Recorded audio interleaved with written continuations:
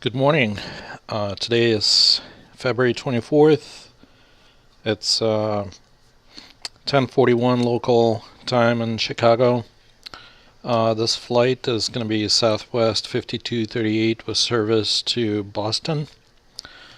And what I'm looking at here is a dispatch release from Chicago. It has the flight number, aircraft number, the flight plan, departing gate B10, landing gate, arriving to gate A22 in Boston.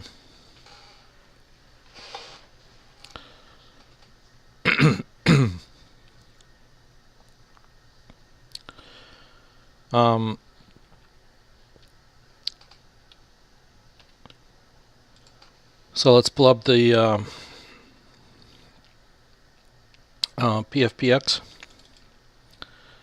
and start the flight plan. Get that in progress. Excuse me.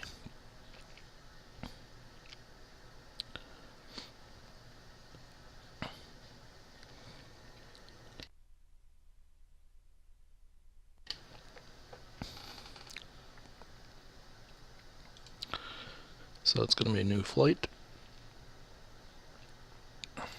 Flight number 5238.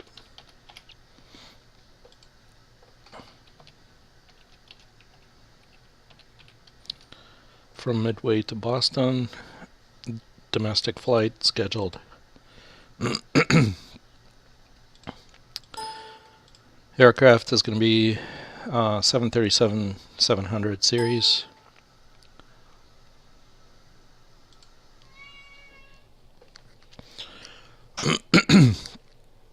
What's up, kitty cat?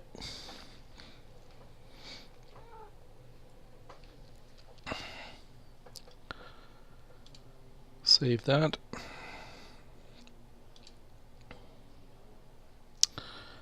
Alright, flight 5238 from Midway to Boston. Runways, takeoff and landing runways. So this is where we're going to need weather to determine the runways to use. And I'm going to pull up aviationweather.gov and take a look at the METARs.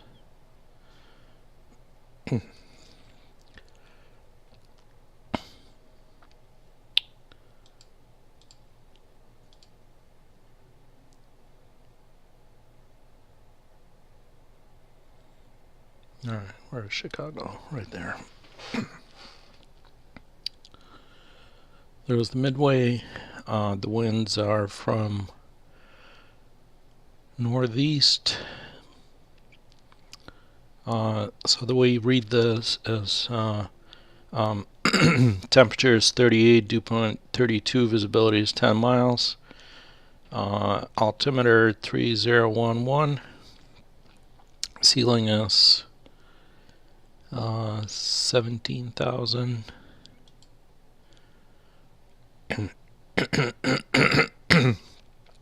Broken at 1,700, overcast at 800. So it's a little bit of a low ceiling, but it's still VFR. It's blue. The circle is blue, so it's VFR. Some of the other airports, a little bit southwest of that, have red circles, and that means they are sucked in. They're in IMC conditions. Excuse me, my cold is not going away as quickly as I would like. So for Midway, the winds are from 07010. And what we can do is pull up the sky vector and get our flight plan in there. So this is our flight route.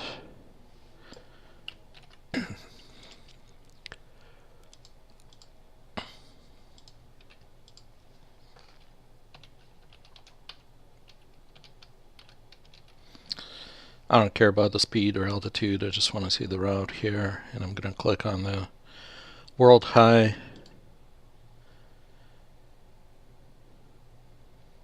Just zoom in a little bit. So for Midway, let's take a look at the airport diagram and see what the runways look like. Right, so the winds are from 07010, so they're blowing from the northeast. So we'll likely be departing runway 4 right. That'll position us well for our departure. So going back to the PFPX, I'm going to select 4 right for our departure. So we're landing, assuming we can take off in about an hour, which is going to be 10:47 Chicago or 11:47 Chicago time. I would say noon Chicago time. Chicago is 6 hours behind Greenwich Mean Time, so it's going to be 12 p.m. plus 6, which is 1800 hours Zulu for departure.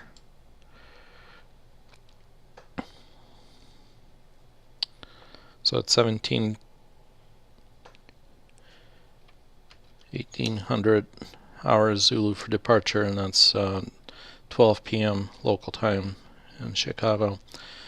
The estimated time en route is 2 hours and 15 minutes, and that puts us in Boston at 2015 Zulu. And let's see what the weather looks like in Boston and at 2015. So we are going to need the terminal forecast.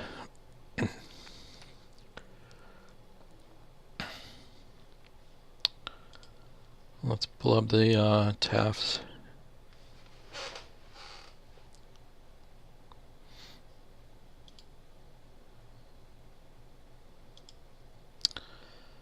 Alright, so the 24th, 2015 falls somewhere between these two entries.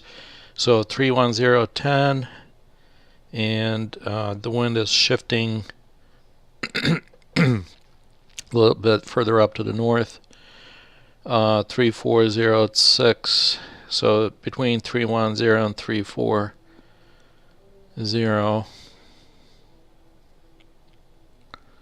Let's take a look at the airport diagram. So the winds are going to be out of the 310 to 340, so maybe 33L or runway 27. But we'll plan for 33 left for now, and this may change. If there's any traffic control, ATC, they may change the landing runway to something different. Alright, for taxi, 10 minutes out, 10 minutes in, that's fine. Flight is domestic.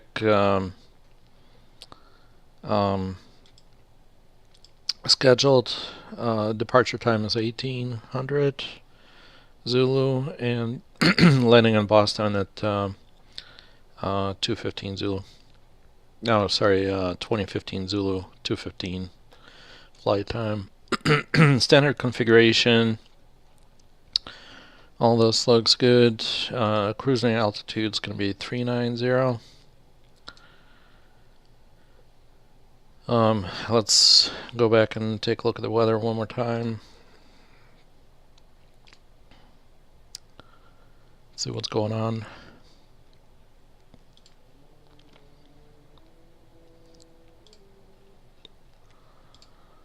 Alright, so the prog charts, we have high pressure area over Great Lakes. The winds should be pretty calm. Along our route of flight, there's going to be a trough. We're going to cross the trough over Lake Erie, eastern side of Lake Erie, eastern shore, along Lake Ontario, the southern shore of Lake Ontario, and that's going to get us right into Boston. So I don't really see any issues here. Let's see. There's some rain that's likely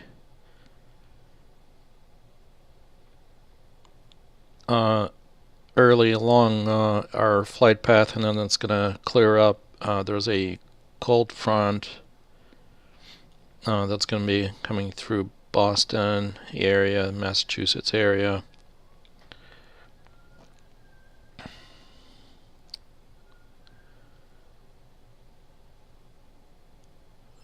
Let's take a look at the radar.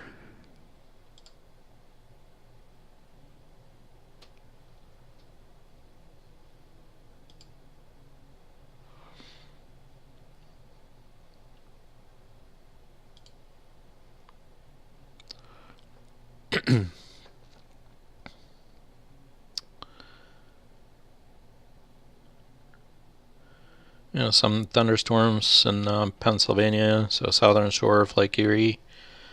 There's some precipitation that's approaching Chicago, but it looks pretty scarce at this point. But the south of Lake Erie, or Lake Erie, is where I see the strongest thunderstorms that may affect us a little bit in portion of the flight.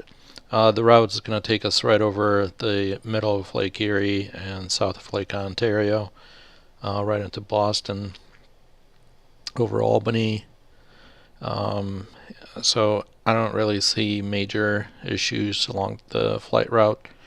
But if we wait too long, obviously this weather is going to, looks like it may move a little bit further up north and cause some problems. Later on today, there's going to be some rain coming into southern New York, Connecticut, Rhode Island, and Massachusetts. So right now looks to be more ideal to do this flight. So this is good. Payload, we'll get the payload from the dispatch. So we have 108 passengers and 5,694 pounds of cargo.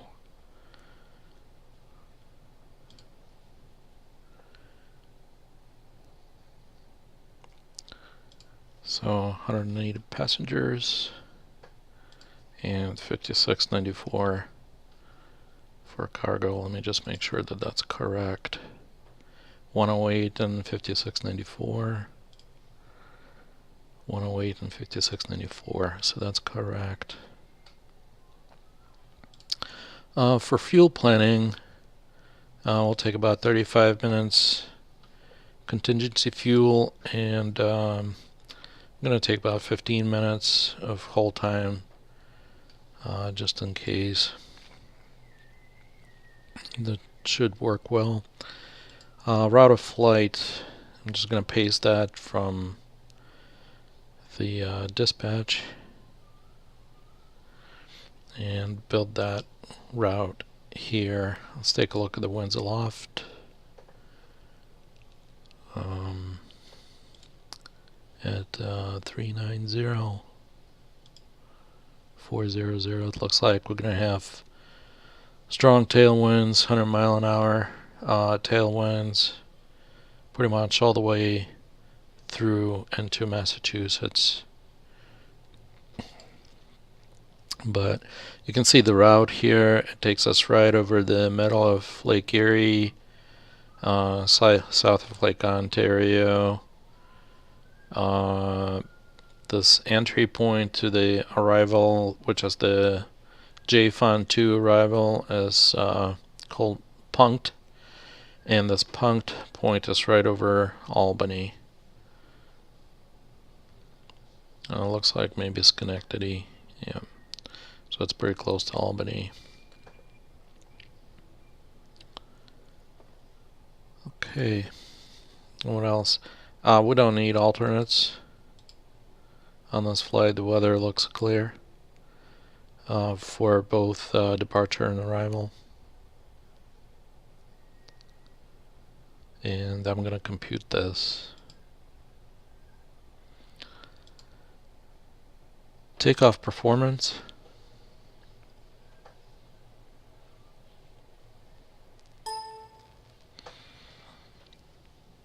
Alright, so flaps configuration 5.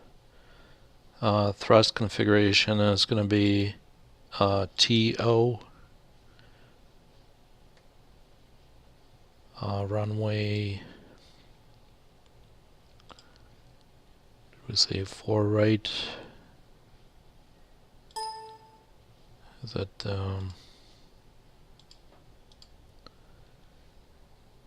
runway 4 right for departure, and 4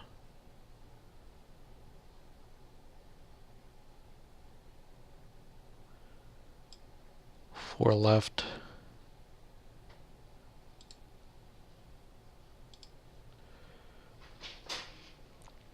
.33 left, right? That's what we said. 33 left. We're going to plan on for arrival. So 4 left, 4 left, and 33 left. Peter. Hey, Peter. Alright, so flaps again. 5, TO, 4 left.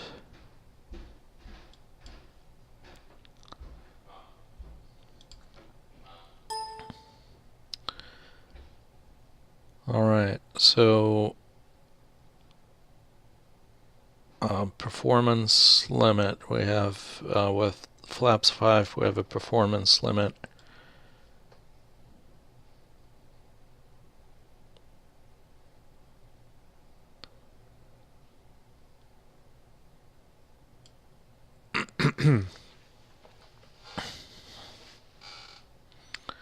so it looks like we're a little bit overweighted for the runway. So let's try flaps 15.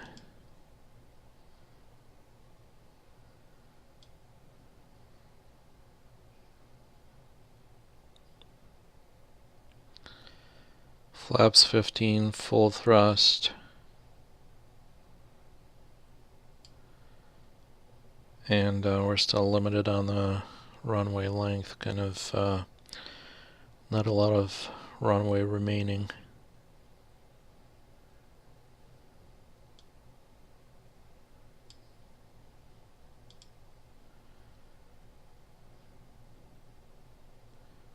That's because that's the wrong runway.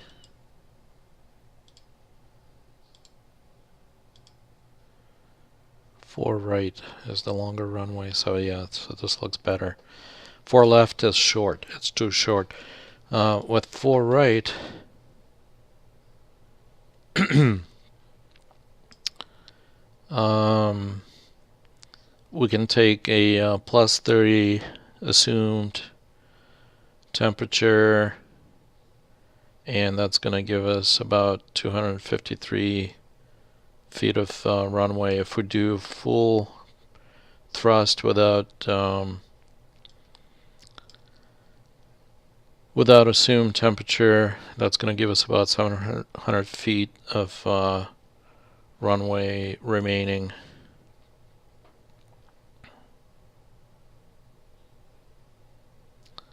So I think we're going to do this.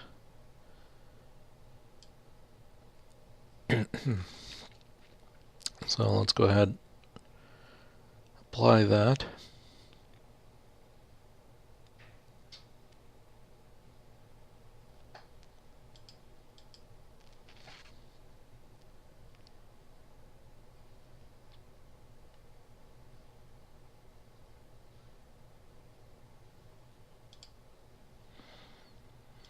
for landing.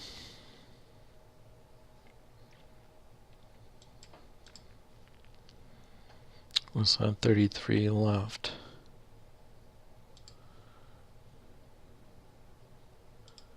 So 33 left. Flaps 40, that's fine. Manual landing. NTIs, we'll leave that off for now. Let's calculate that out. So with Auto 2 braking, we'll need, looks like 6,500 of runway stopping distance, and that's going to leave us 3,600 feet margin of remaining runway. So we'll do Auto 2 for the landing. Apply that to the plan. So this looks good. I'm going to go ahead and release the flight. We have the fuel information here. The release fuel is going to be 15,238. Trip fuel 7830. We have 45 minutes of mandatory reserves for IFR flight. 15-minute hold. Minimum takeoff fuel is going to be 14,988. No extra, and 250 for taxi.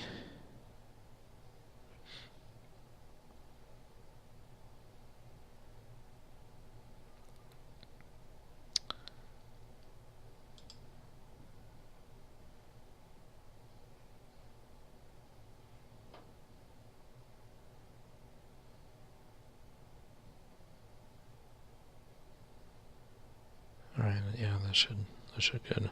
I'm going to go ahead and release the flight, and we have the wind information and route and descent wind information here.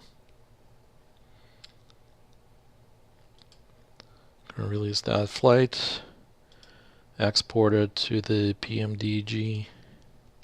So this is going to be company route KMDW, KBOS. That's the company route that I'm going to load into the FMC. I'll save that. And we're going to fire up TopCat and see how best to distribute the payload. So we have 108 passengers, 94, 74 total weight of passengers and cargo. 2449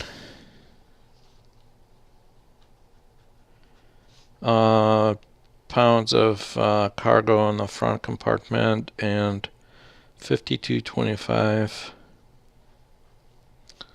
in the aft compartment. And I just wrote this down. That's all I really need from here. I can also file a flight plan with VATSIM. Alright, there's a couple of things we're going to need to change. Equipment type is L. Flight plan. My virtual airline.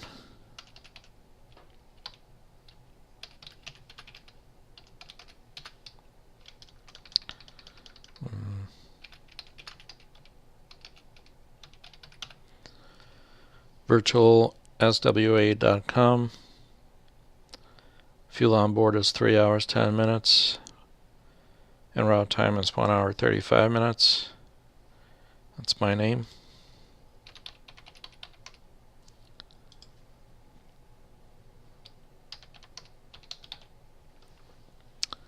I'll go ahead and file that.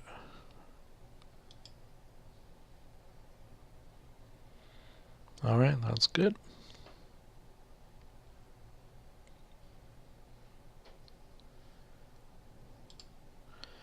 So what I'm going to do is I'm going to print this out.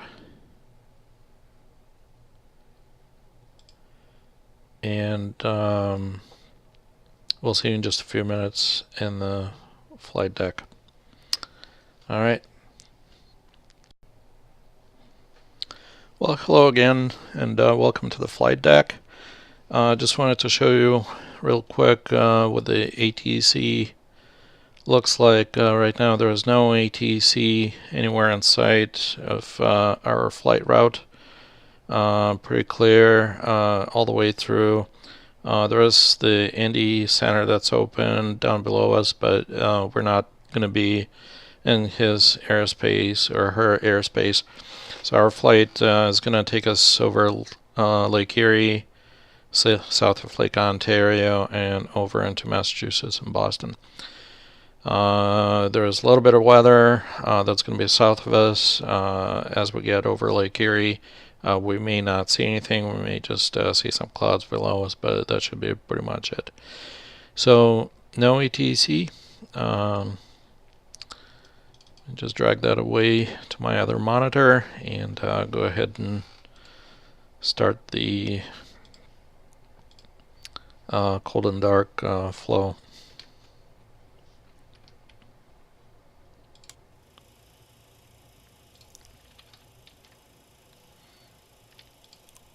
Gear down 3 green.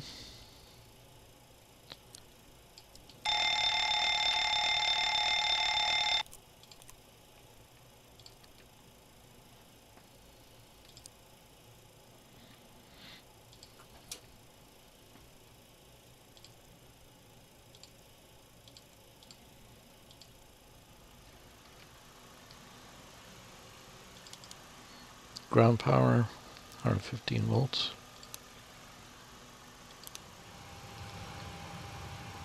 Go ahead and get the inertial alignment going.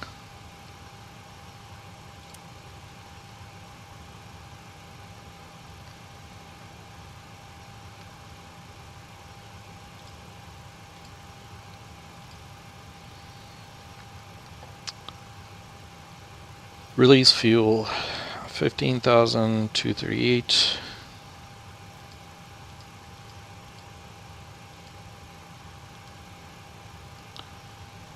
Nothing in the center tank. Payload, 108 passengers.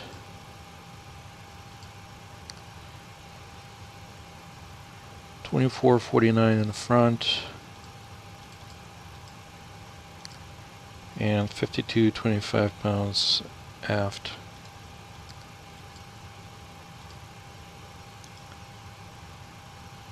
And that should give us 109.6 zero fuel weight. And what I have is 111.4 on the paperwork. So we're off by a little bit. 2449 and 52.25. Yeah. So I'll just check the PFPX one more time. Make sure I got that right.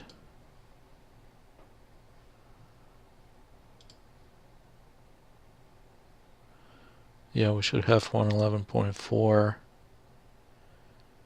Where did I go wrong?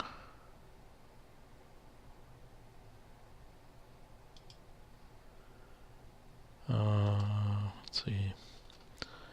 Payload as 28,374.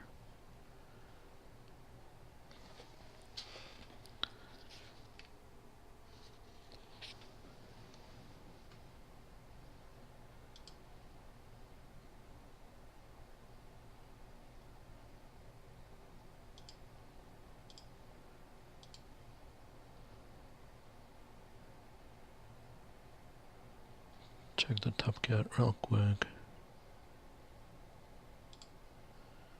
42.49. So this is where I've gone wrong. 42.49 is what we need in the front. Okay, so 111.4 and I have 111.374, so that's really close. That's where I want to be. So we got that situated. Ground connections are on. Go ahead and open up some doors. Start loading up some passengers. Position it. We're in KMDW.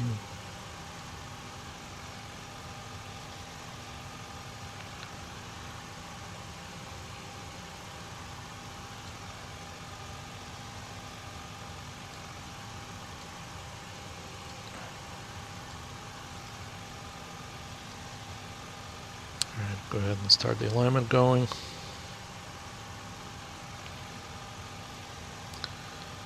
let me just check the wheel well, fire detection. That's good.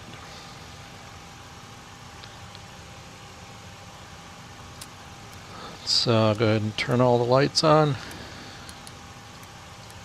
Pop outside and take a look at the lights. The wing lights are on. Landing lights, retractable lights. Everything looks good.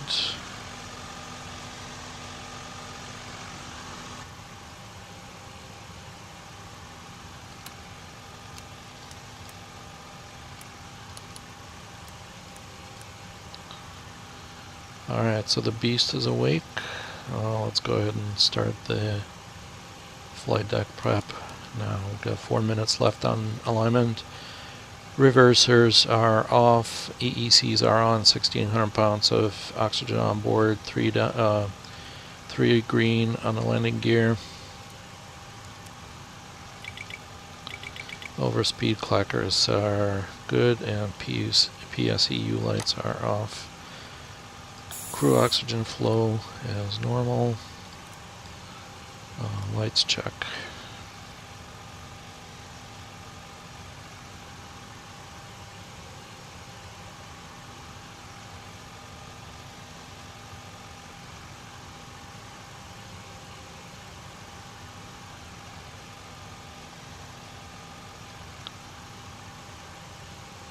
Looks good.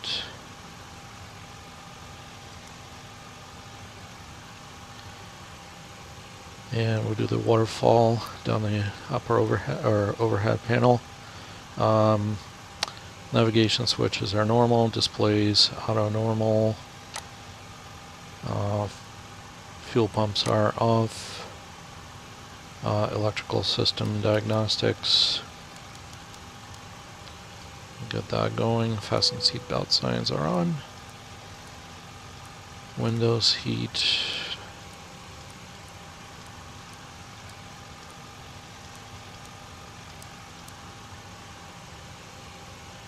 No faults on the electrical system. Anti-ice lights are working. Hydraulics, A's off, B's on. Pressurization is normal.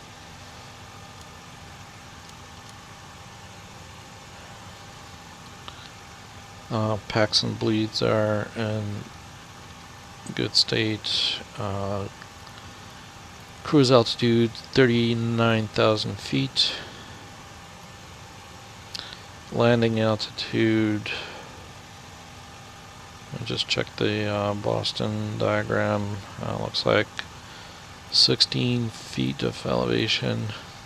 We'll just set it to 0. And we're going to be on the right side for the start. Alright.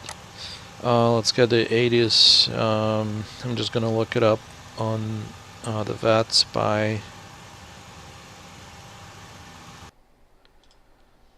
actually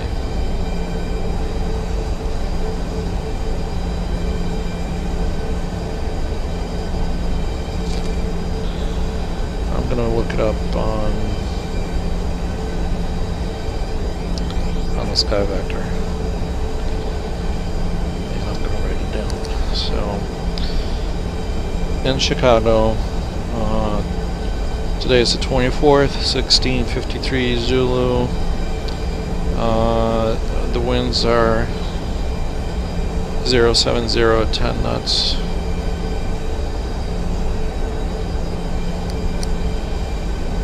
Statute miles visibility, broken layer 1700, overcast at 800, temperature 3, dew point 0, altimeter 3010.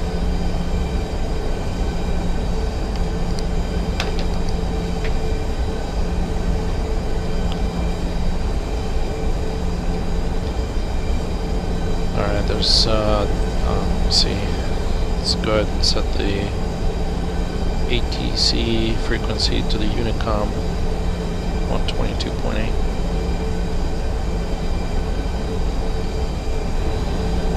And go ahead and get our flight plan and route.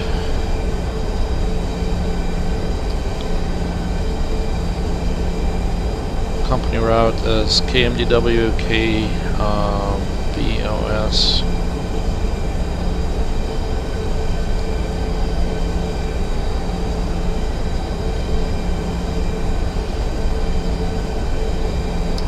Flight number Southwest 5238. Departure is going to be for right.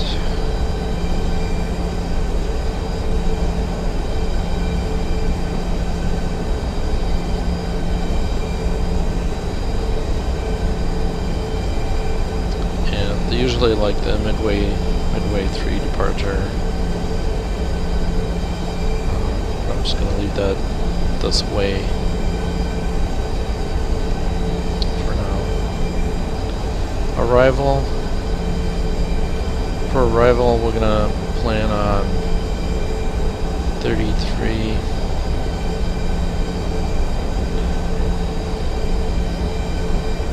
left.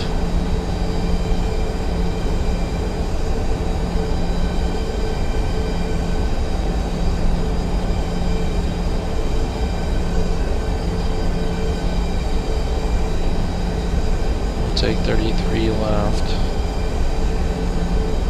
and it's going to be a JFUN 2 arrival with the punked transition. And I'm going to pull up 33 left real quick here just to see what it looks like for the transition. Yep, we'll take that bend transition for the final approach. It's going to line us up about 15 miles out away from the runway. Alright, so let's take a look at the legs.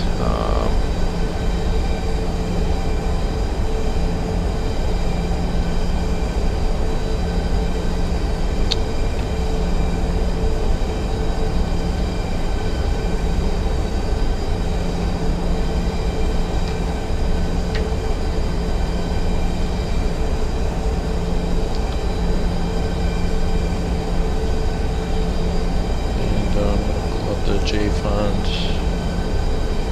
to approach arrival. So we'll take a look. So the JFUN starts at the punk waypoint.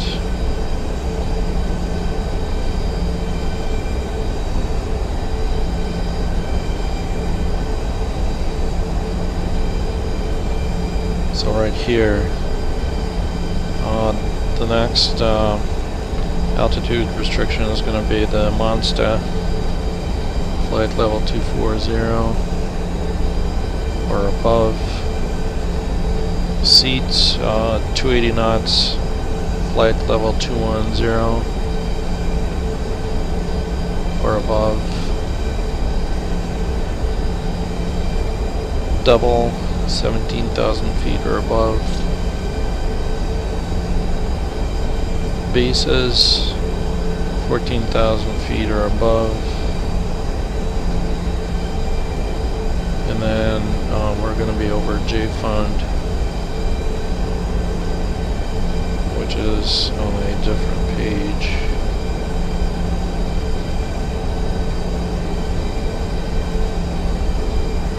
So J fund, there are no restrictions there. The next one is autumn. We have 270 knots between 11,000 and 12,000. Winter 250 and between 8 and 10,000. Then we have Harris, no restrictions. Then Spiced 220 and 7,000. The next one is Brody, below 6,000. Then we have Back or Beach Back, 220 and 5,000. And then we're going to be at site to 210 and 5,000. And we have vectors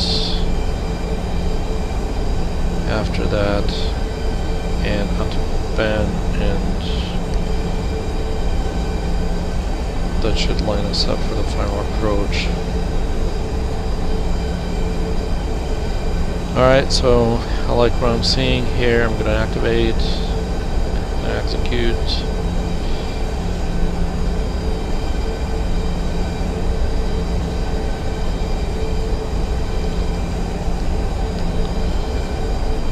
Plan fuel, which is the minimum takeoff, is 14.988. I'll call it 15.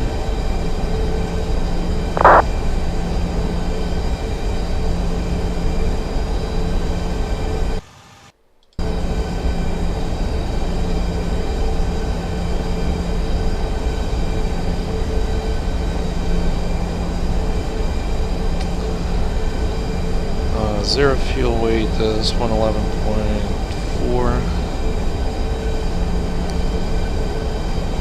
FAR reserves 3.4 thousand. Cost index is 20.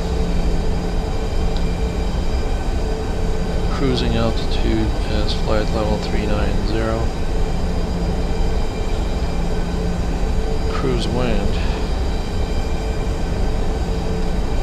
That's going to be at the top of climb for us. And top of climb is going to be 248 at 111 and minus 60.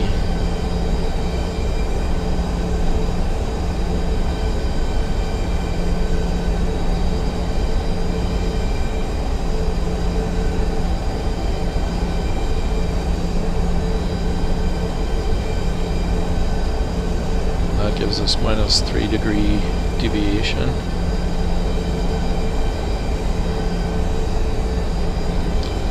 Unable to 80 at seats.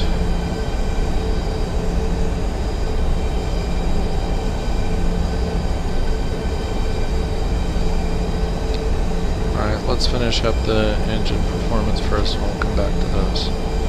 Alright, so we will derate to 22,000 pounds to match PFPX. No assumed temperature for takeoff, I believe. Just double check that. Actually, it's 32 according to the PFPX, so we'll take 32. Assumed takeoff temperature.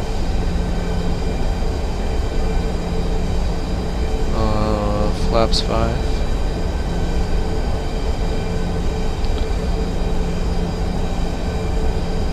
Runway winds are 07010.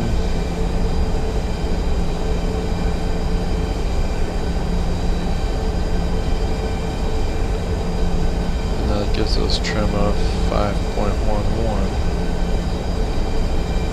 And V1 121. Rotate at 126 and V2 132. Alright, so that looks good. Let's take a look at the legs and Let's see what the complaint is here about the seats. Unable 280 knots at seats.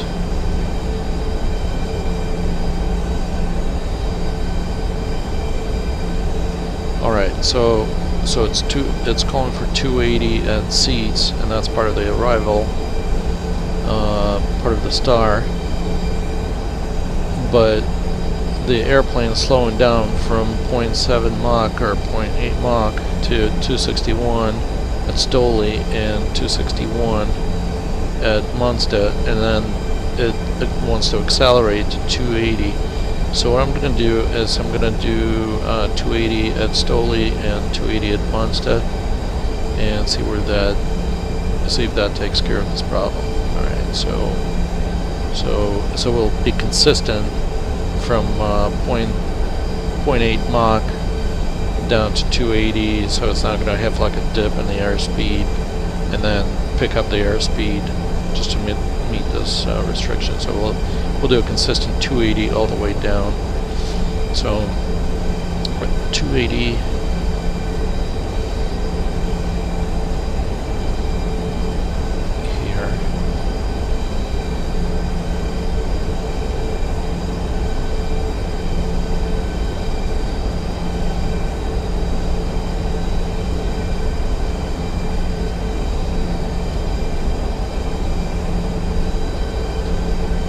Take 280 and flight level 240 and above over at Munster.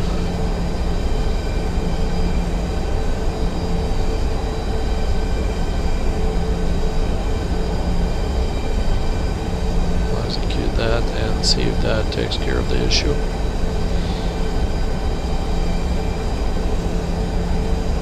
Hopefully. Right.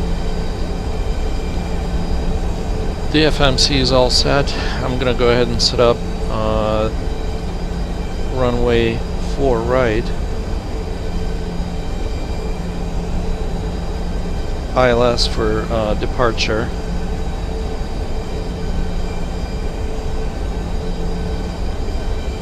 Actually, there is no 4 ILS. Yep, there is 4 right.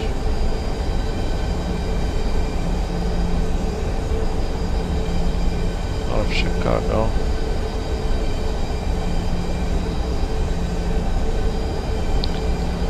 Alright, 4 right, ILS departure out of Chicago. Localizer frequency is 111.5. So I'm going to put that here, and I'm going to put it on nav2.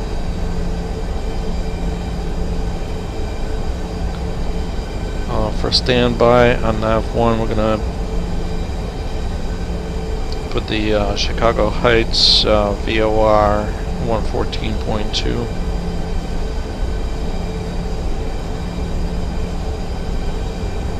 And our first en route station is going to be Gipper Niles. That's going to be at 115.4. And I'll put it on nav2 standby.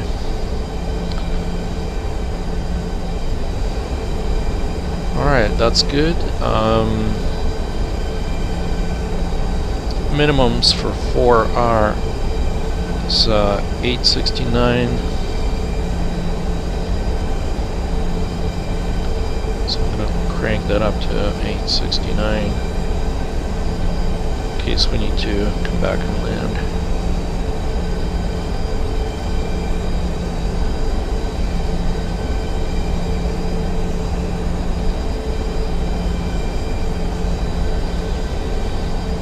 FPV is on. Altimeter 3010.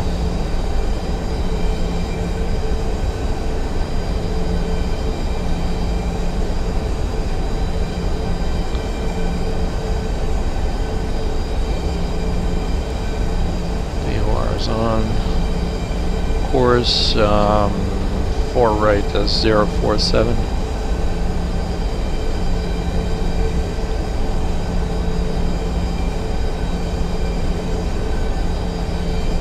Initial altitude is going to be 10,000 feet for now. Heading, I'll set that to 047 as well. And our V2 is 132.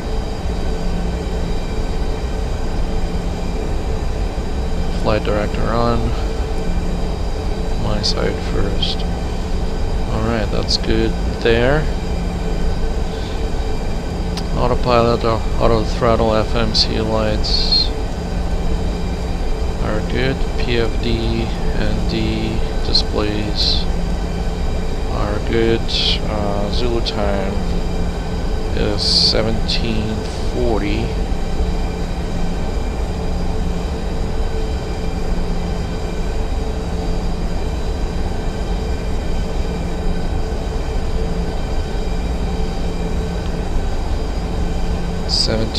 in Chicago, and we kind of plan to take off at 1800, maybe a little bit early. We'll see. Maybe right on time.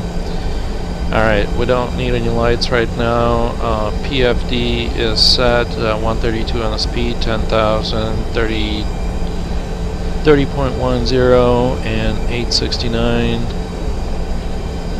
Let's cross-check that. So 30.10, 30.10, and we have the compass 136 and 136. So the flight instruments are set and cross-checked. Reset fuel, system display on, brakes on, RTO. We have 15.2 thousand pounds of fuel on board. Nothing in the center tank.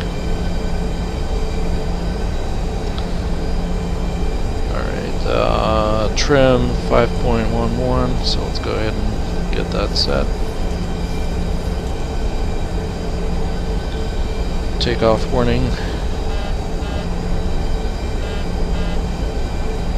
is checked. Flaps are at 0. Fuel switches are in cutoff, and brakes are set. Quick fire test. Fire bottle circuitry test looks good. Cargo fire warning is good. Runway 4R is 5928.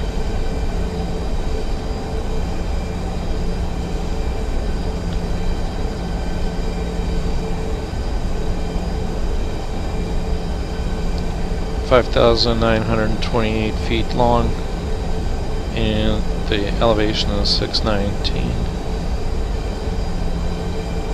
At a touchdown zone. Since we don't have ATC right now, I'll set that to a standard IFR ATC 2200. Stab trim, aileron trim are neutral, and the door switch is an auto, lights out. Alright, let's go ahead and test it. TCAS.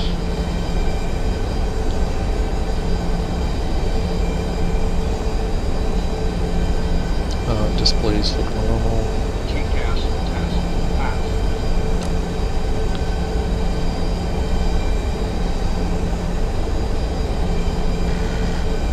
Lights low. Hold up. Wind shear. Wind shear. Wind shear. Terrain. Terrain. Hold up.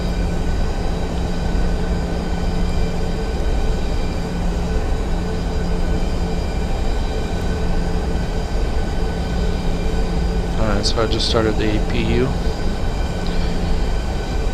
While the APU is pulling up, what do you say we run through some checklists? Pre-flight checklist, fire warning and overheat checked. Start levers are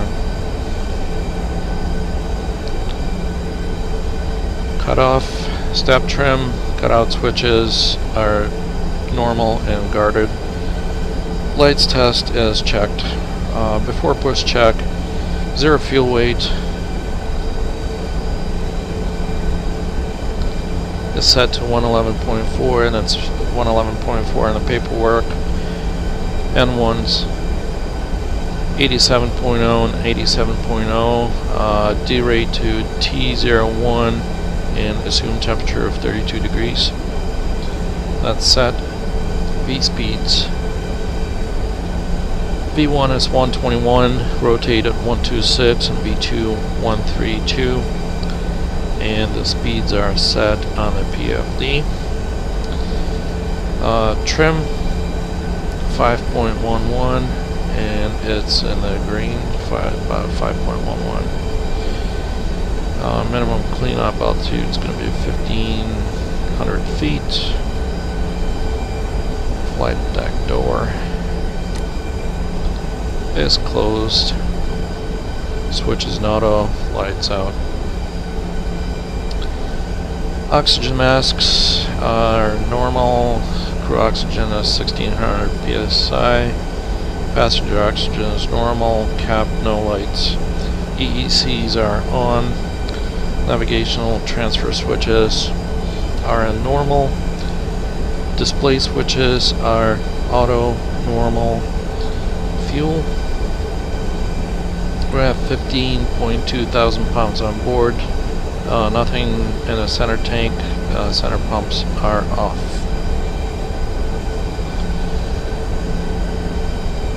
Passenger signs are on. Windows heat is on.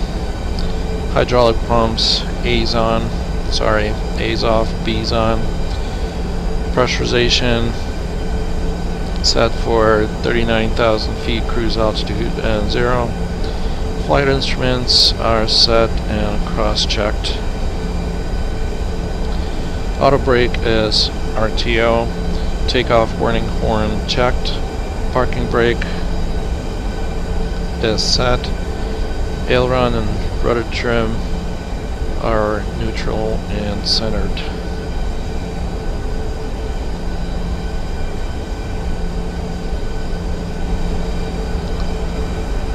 Alright, let's we have APU power. Let's go ahead and switch that to the bus, and we can go ahead and disconnect from the ground.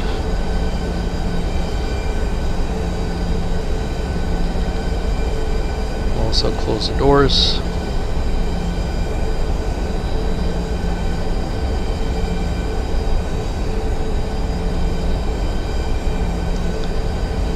And we're going to push back about 45 degrees. Let's make sure the doors are closed.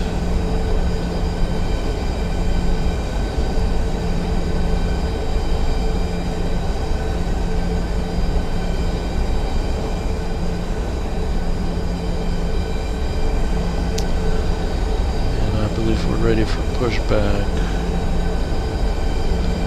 There's still no ATC.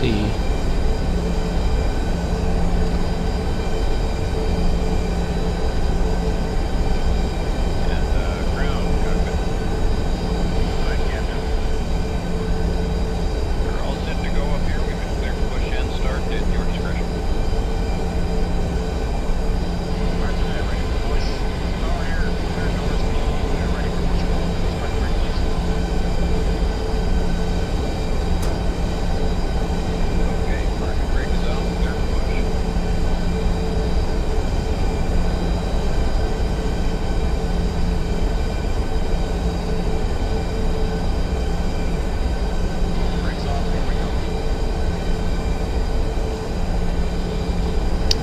Alright, number 2.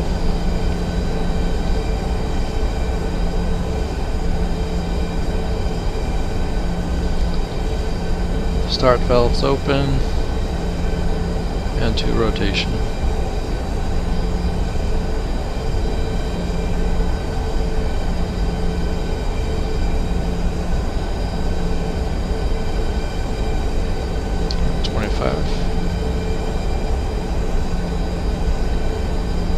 Fuel flow, mixture is lit.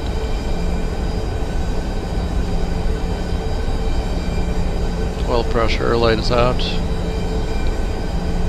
Starter cut it out at 56% N2.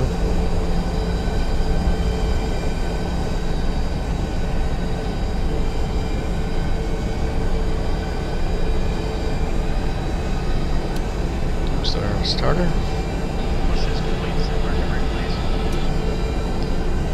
And we're just waiting for the EGT rollback.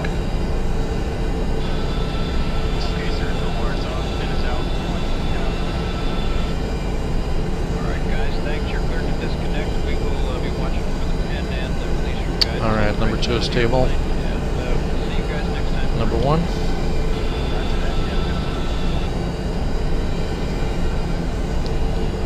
Start valves open. And 2 rotation.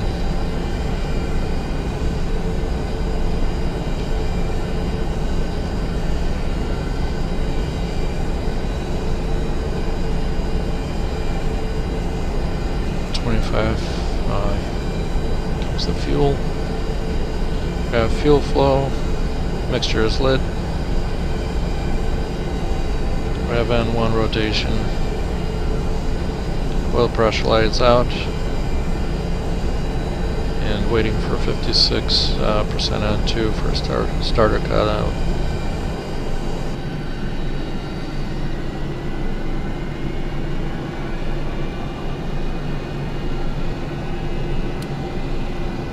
There's the starter and EGT rollback.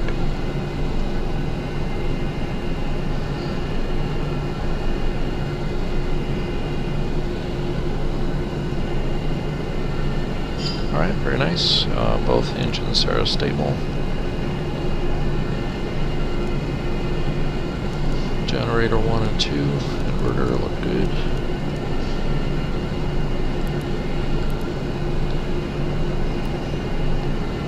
Turn off the APU at this point. Probe heat, hydraulics.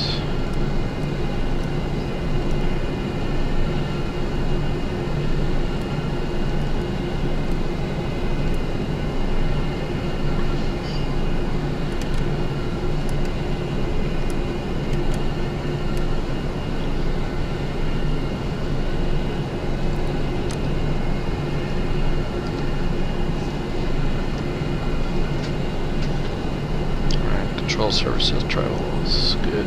I'll do pre-taxi checklist. Electrical, generators.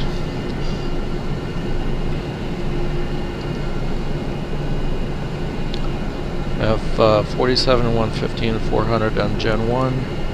45, 115, 400 on Gen 2. 117, 400 on the inverter bus, and standby power is 115, 400.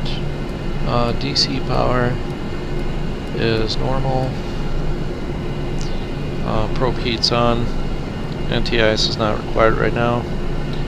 We may turn it on a little bit later. Start switches are left and continuous. Start levers and idle, and flaps are 5 green light.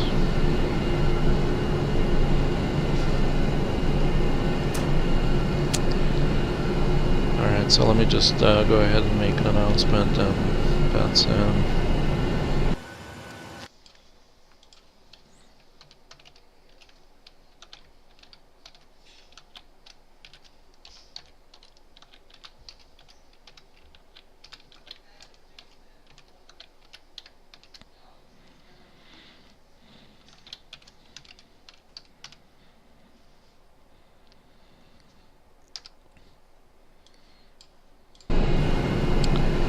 Alright, so basically MDW traffic, Boeing 737 taxi to runway 4 right, midway. And let me pull up the airport diagram.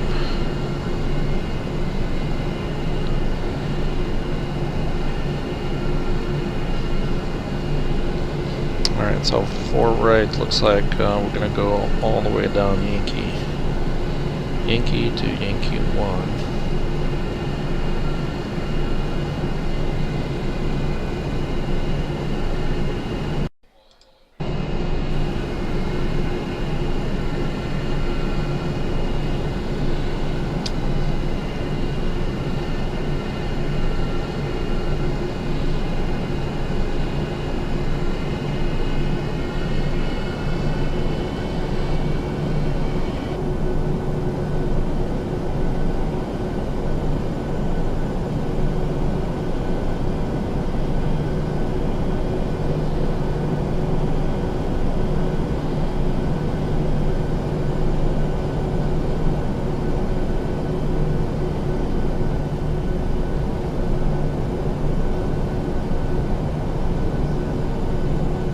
So there's Yankee.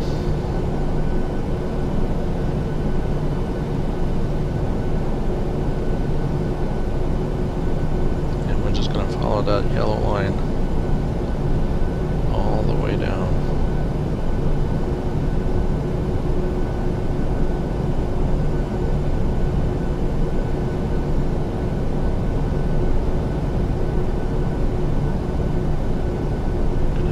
Slow down and take a look down this runway. Make sure there's nobody on the runway. Looks clear.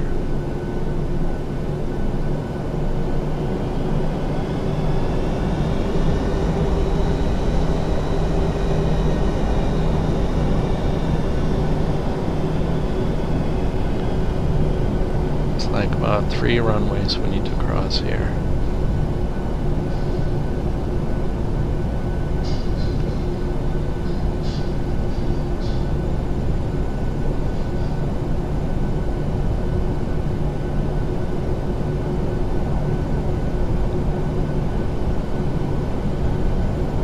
This is a long one.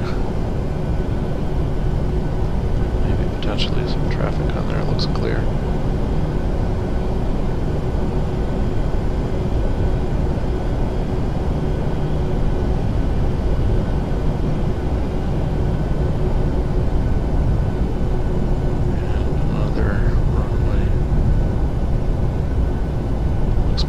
To me.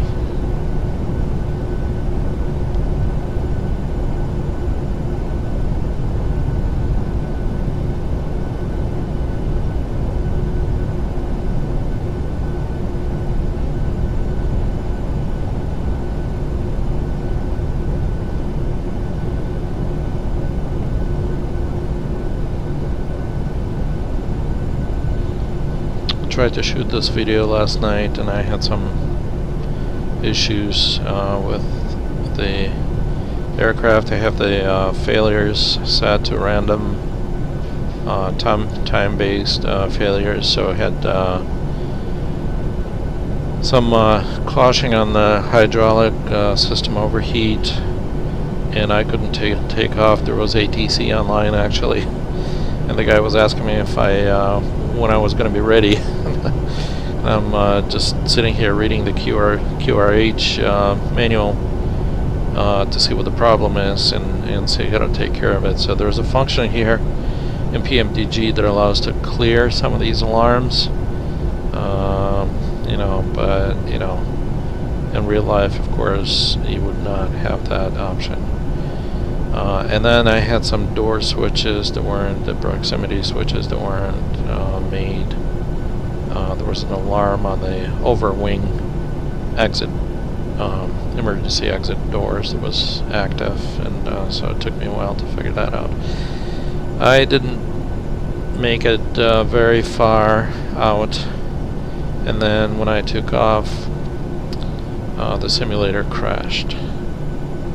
So last night was not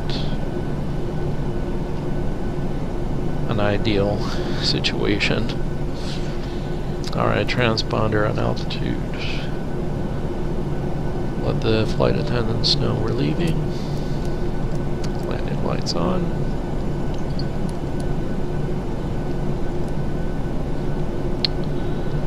Let's take a look at the packs. Are on auto, bleeds are on. APU is off, and see how the passengers are feeling a little bit warm. So cool down a little bit. Alright. Terrain on. Recall is clear. And HGS. Alright. So the before takeoff checklist, attendant notification is complete. Transponder is on altitude. Packs are on. Auto bleeds are on. APU is off, and recall is clear. We have flaps set to 5, green light, gear down, and RTO Let's take a quick look, make sure there is nobody on the final and no one coming down the runway. It's kind of hard to see. And we'll send a notification to VATSIM.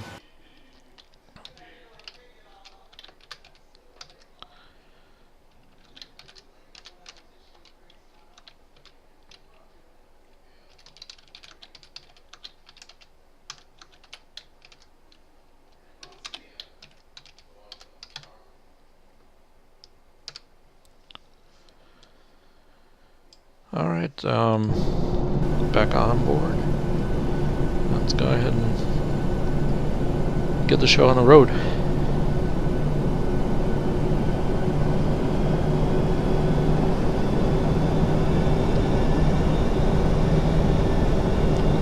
Let's look.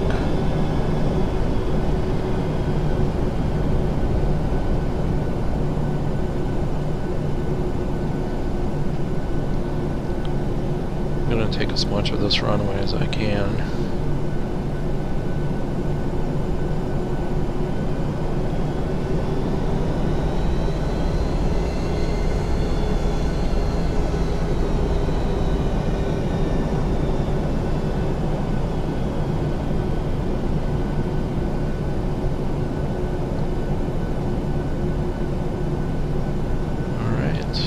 Auto throttle on 40%.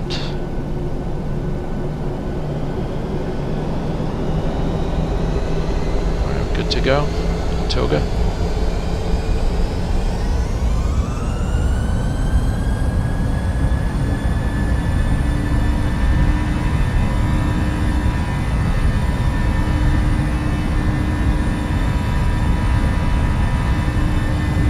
$80 knots.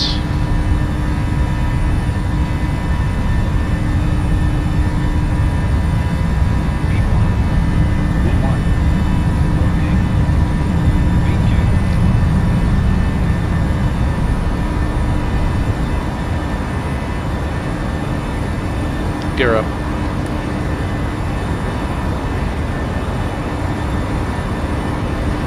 Flaps 1.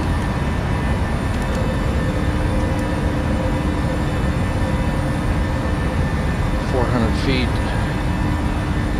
Let's go ahead and arm the VNAV and LNAV.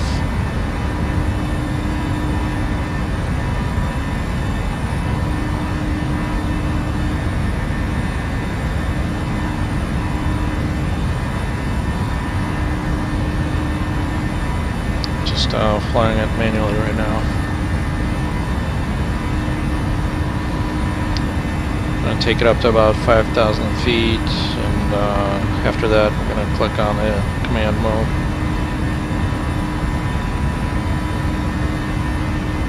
Alright, we're on course, level out.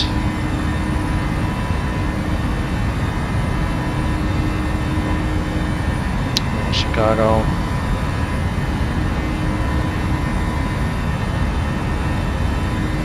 Slight course correction.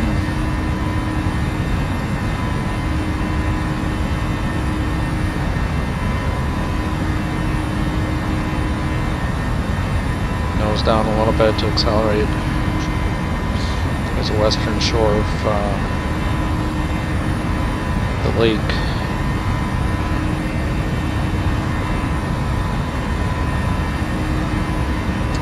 Nose down on 5 degree pitch. So accelerate a little bit and return to flaps.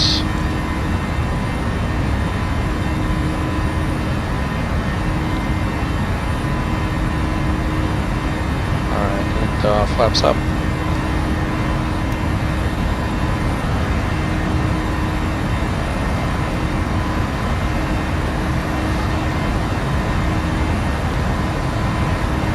Get the command mode engaged. Alright. We're in command.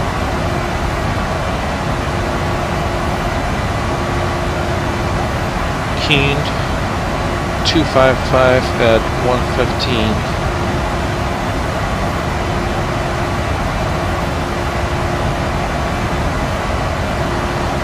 Dunkirk, winds from 262, 119.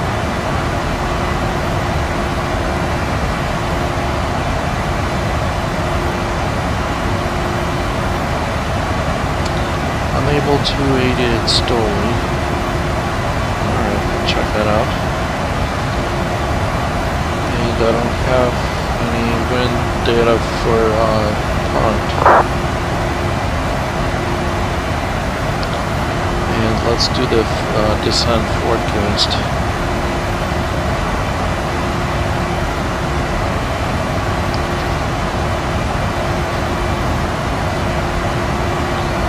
So at flight level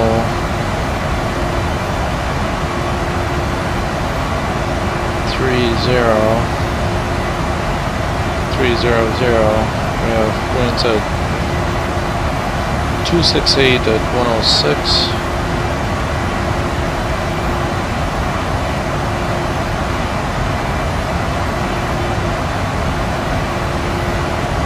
Flight level 230.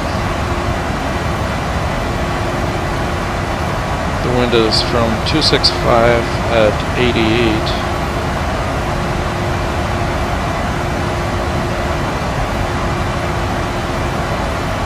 Flight level 15,000 feet. The winds are from 273 at 71.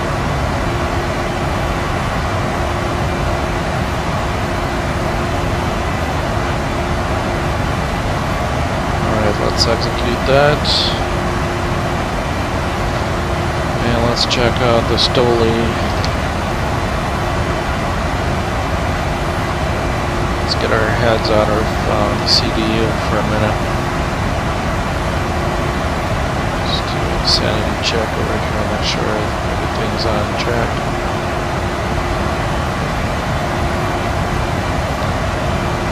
Next waypoint is Gipper Niles, 3 miles,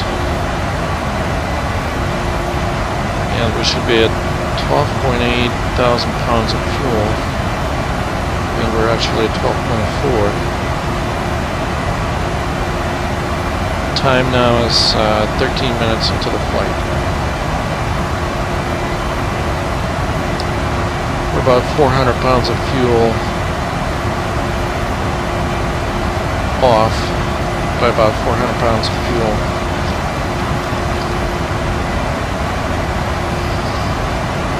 Just not a big deal right now.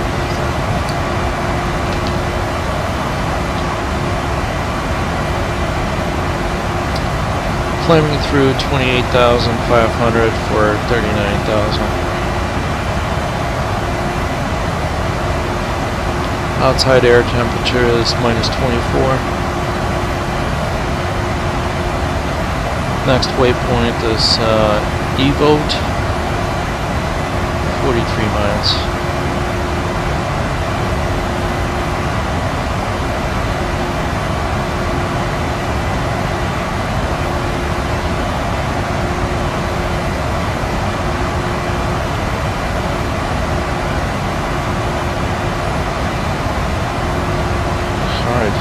Vote.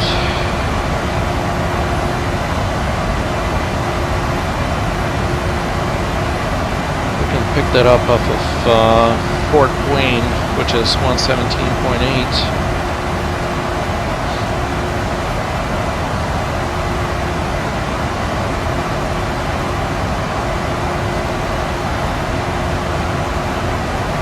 And that's going to be on radial 005.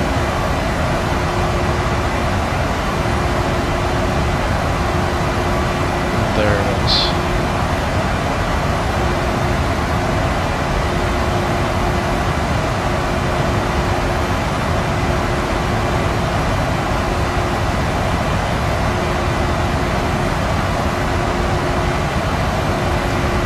"32 miles out."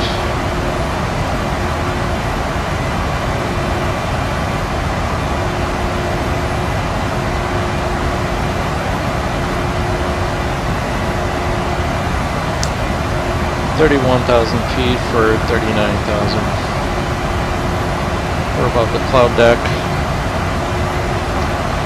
And let's go ahead and take a look at the Lex page.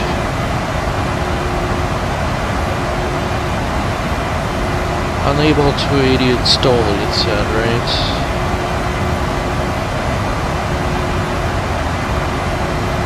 Yeah. Well, we'll see. I don't see any reason right now why it shouldn't be able to do it, but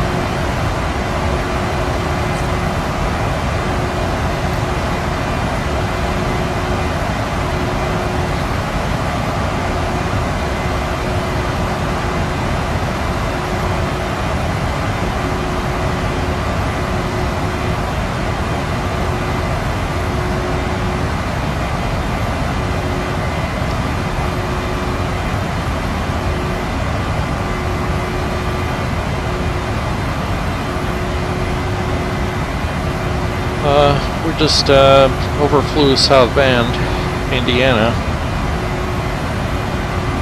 That should be behind us a little bit to the right.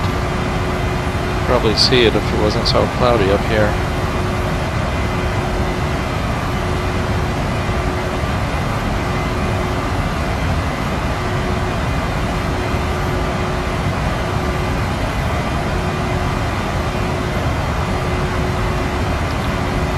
Kalamazoo is off to our left, out in the distance.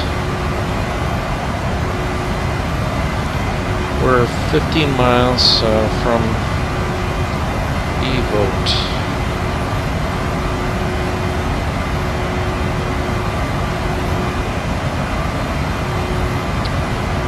Actually, Kalamazoo is over to our left right now.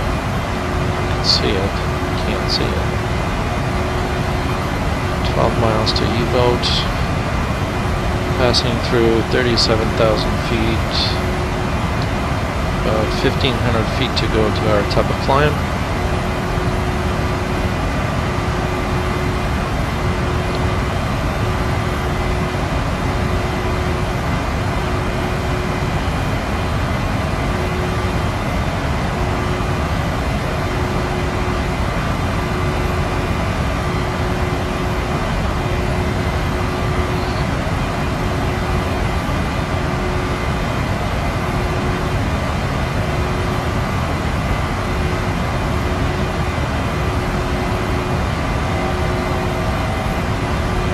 Thousand feet to go.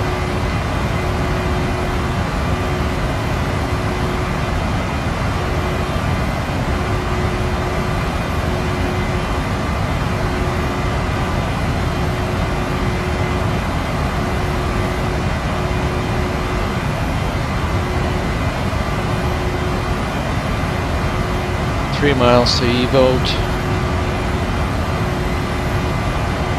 And we should be at 12.1 on the fuel.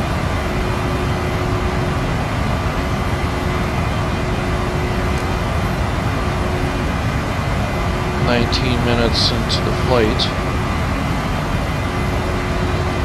And we're actually 11.6 on the fuel. So we're 700 pounds off.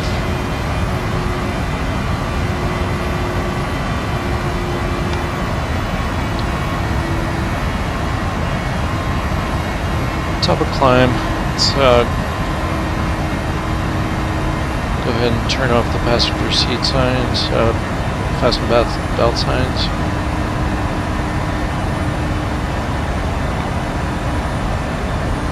Pressurization is, let's take a closer look at the pressurization panel, 39,000 feet. And about 36,000 according to the pressure altitude. Cabin altitude is at 7,000 feet.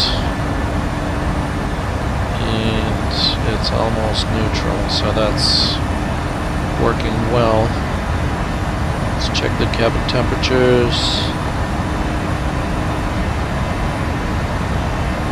They look comfortable.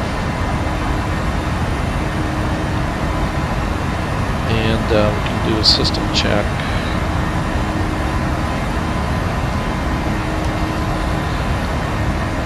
DC bus 28 volts, 28 on auxiliary, TR1, TR2, TR3 look normal, standby power is 26 and battery bus is 26.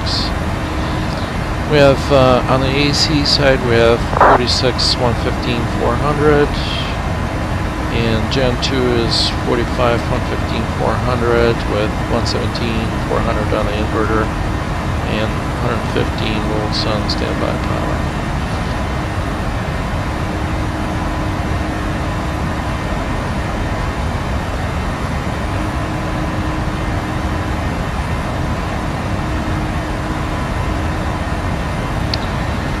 Picking up some traffic on TCAS.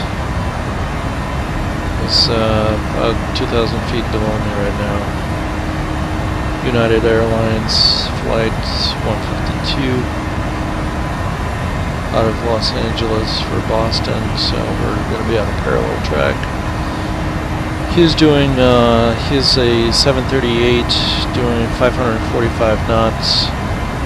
I'm in a 737 doing 458, so I'm quite a bit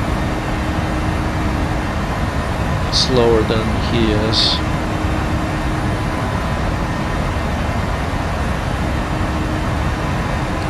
So he should not be a problem. We're gonna see him. We're gonna look at him for a while because we're on a parallel path, and so we should see him here. He's a little bit faster than we are, so he's gonna be slowly moving away.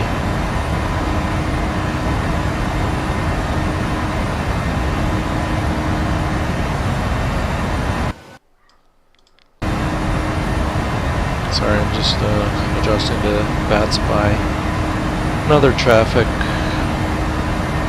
off to our left.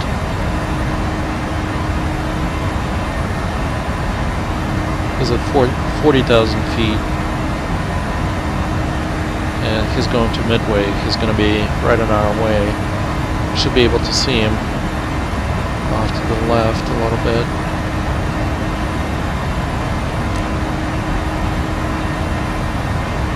I don't see him yet.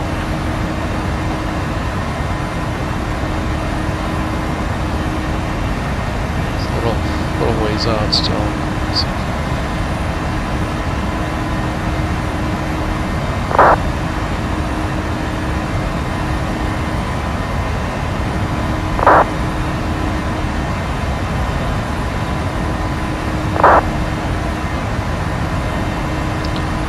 Alright, analysis next.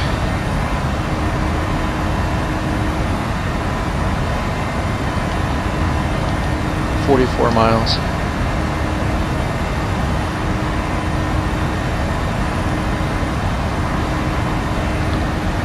And we can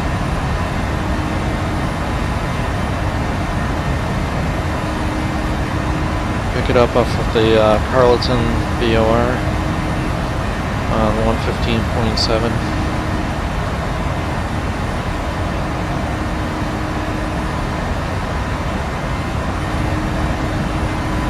Radial 197.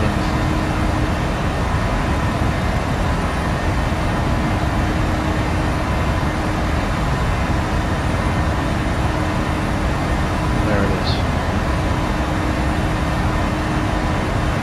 We can also do a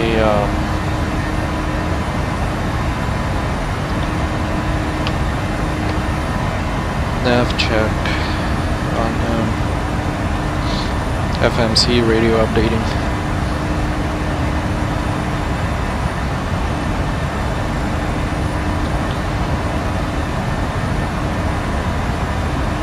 Charlie Romeo Lima.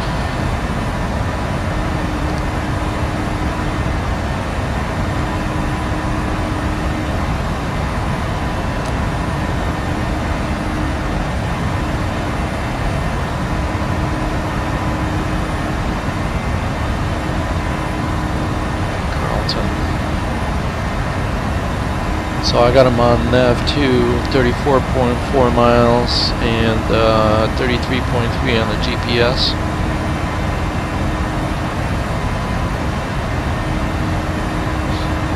right there. The other traffic that's traveling to Midway is at 40,000 feet. It's off to our right, some to the left. I don't see him.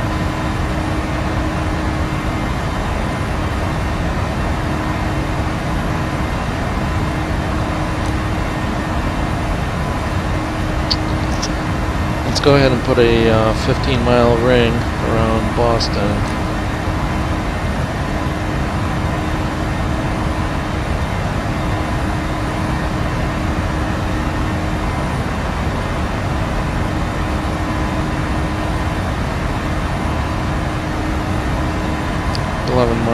Sorry, 23 miles to Mel's.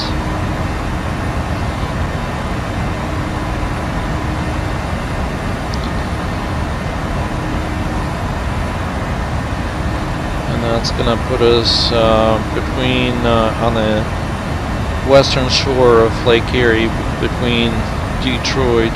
Detroit's gonna be over to our left, and Toledo to our right.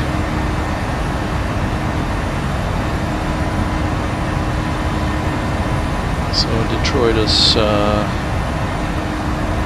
there someplace, and Toledo is there.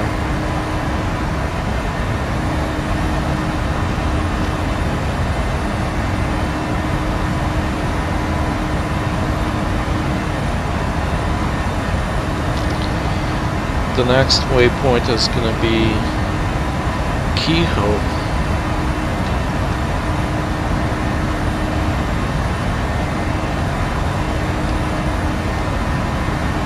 And we can pick up Kehoe from the drier VOR in 113.6. So I can preset that to 113.6.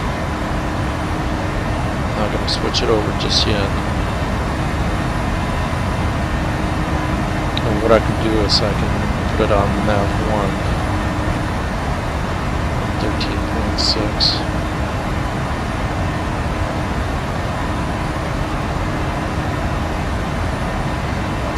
It's going to be on radial 029.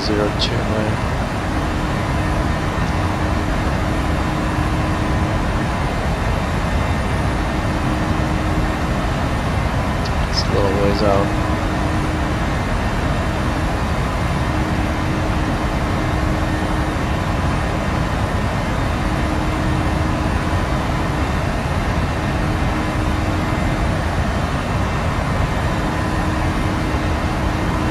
See, the Buffalo Tower is online.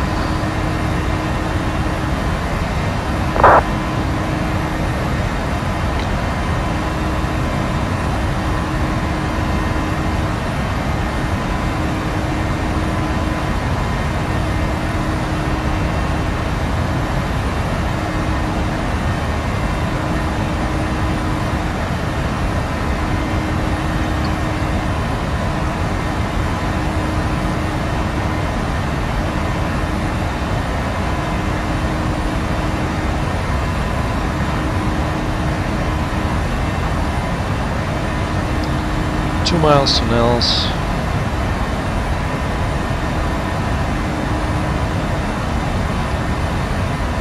"29 minutes into the flight.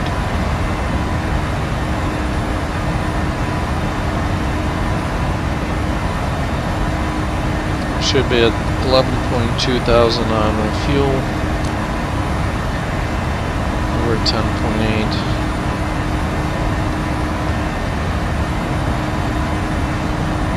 So we're off by 1,000 now. Sorry.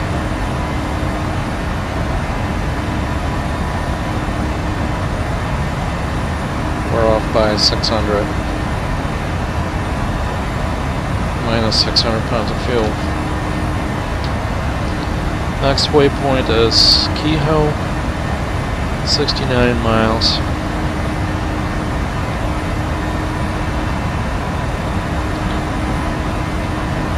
Just coming over Lake Erie now.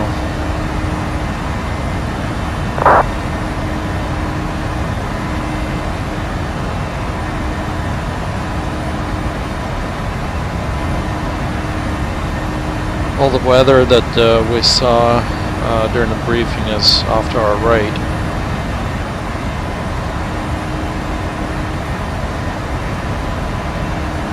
It's all the nasty stuff. It's pretty common up here.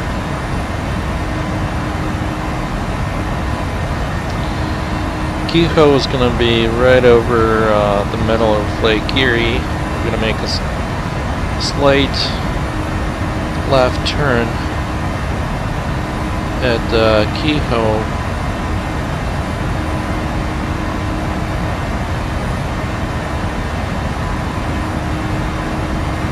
And towards Dunkirk, New York, which is south of Buffalo.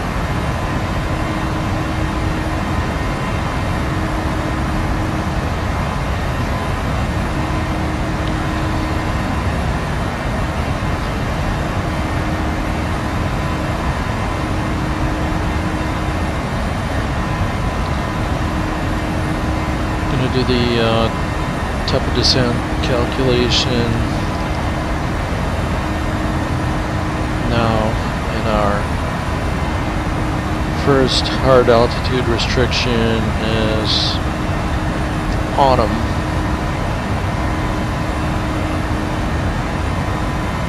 We need to be between 11 and 12,000 feet, so we need to be maximum 12,000 feet at autumn.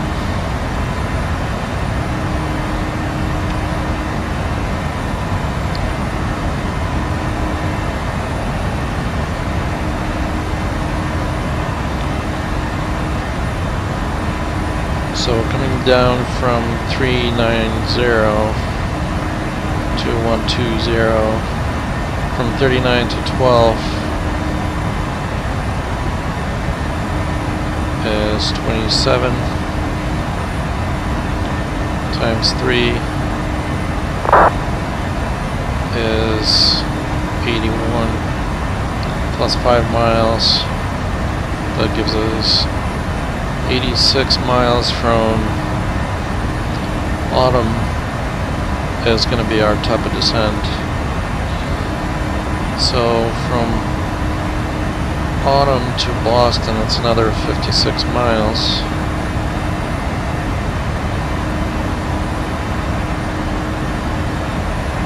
So we need to begin our descent 142 miles away from Boston.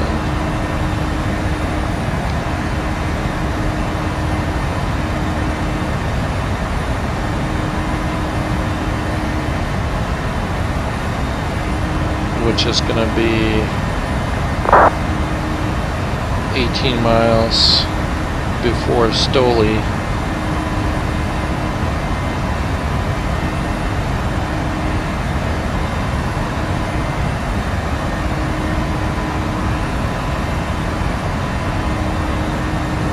So 124 plus 18 is going to give us 142. So that's our calculated type of descent. It's 18 miles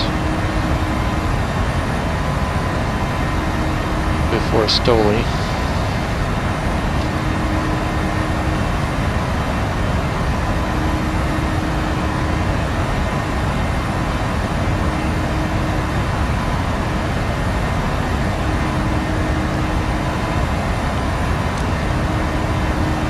So if we take Stoli, subtract 18 miles from it,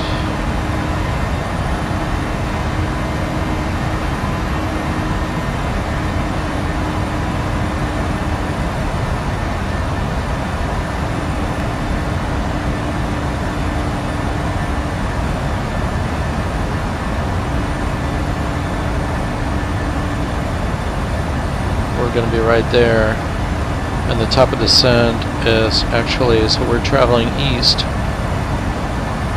Top of the descent is actually before our calculated point, so we'll take that. We'll take the computer FMC calculated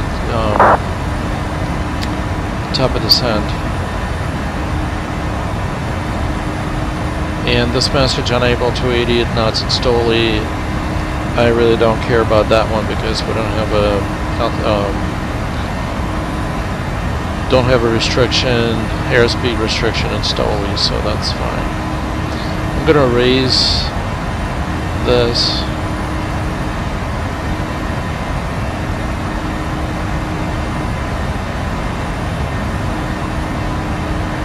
But now I know that FMC calculated the top descent correctly.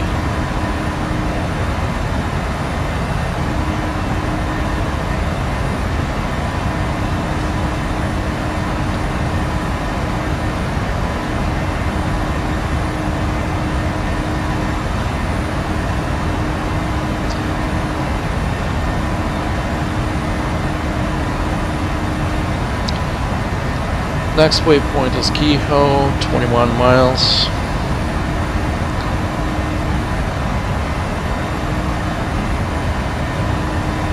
And that's going to be halfway up Lake Erie, in the middle of the lake.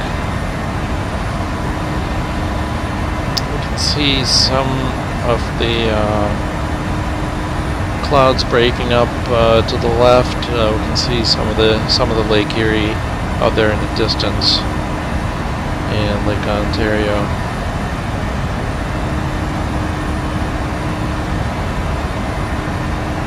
$16 miles to go.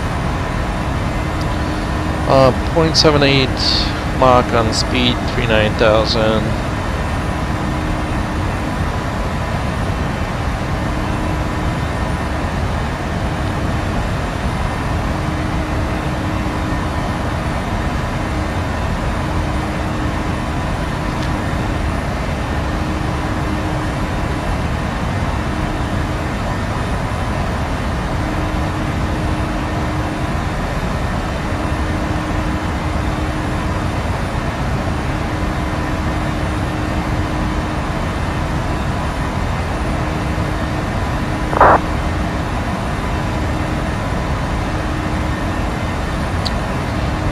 Looking at the VATSPI, there are 3 airplanes. There's our flight on the way over to Boston. There's another flight just a little bit ahead of us to the left.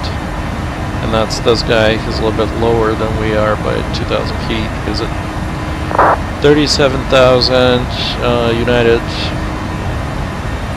He's going to be landing in Boston. And there's a Delta flight out of Detroit, also heading over to Boston. He's a little bit ahead of the United. May be able to see him on TCAS.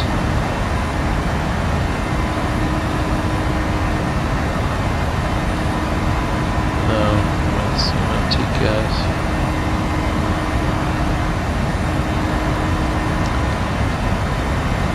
Kehoe, 39 minutes into the flight.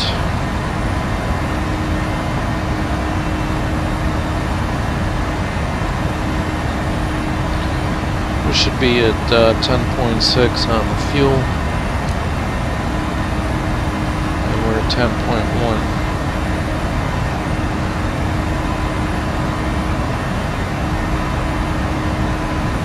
So we're minus 500 on the fuel, and the winds at our back are actually helping us to make up some of that difference.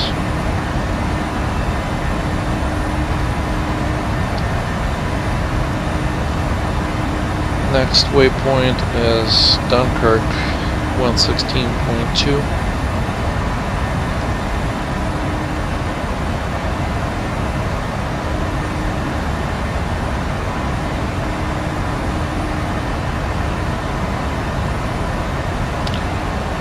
Out of Dunkirk, we're going to be on 095 radial.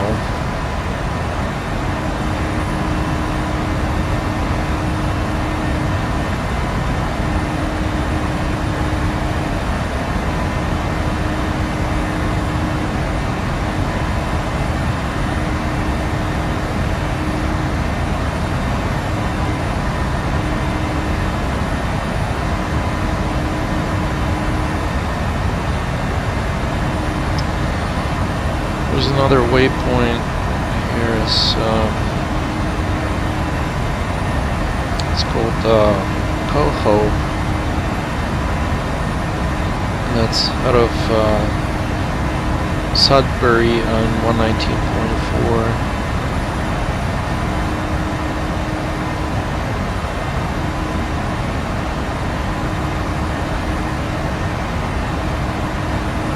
Oh, that's strange. 119.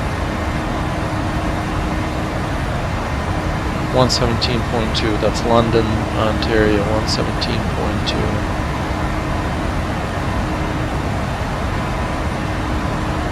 And that is on 166 radial.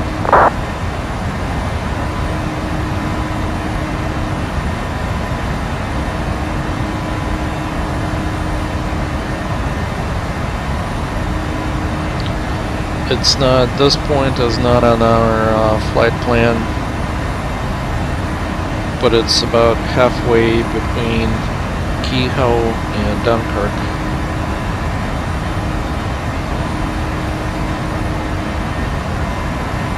Which seems to be right according to this display.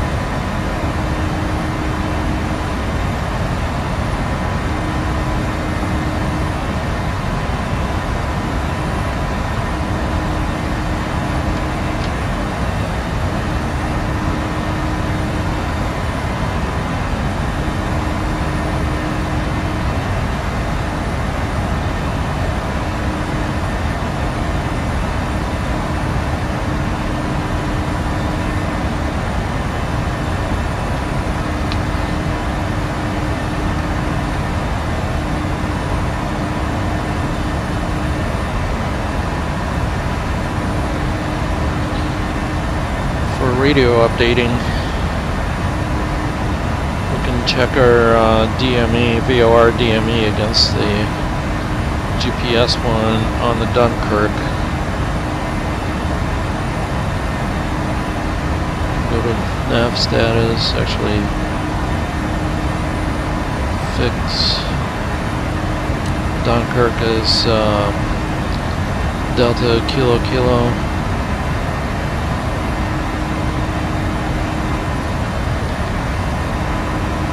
88.0, 88.4 on the VOR DME. So 87.2, 87.7. So these are close. I don't know what the tolerance is between these two, or what it should be.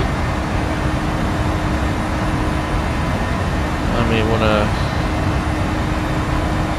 do some searching on the internet.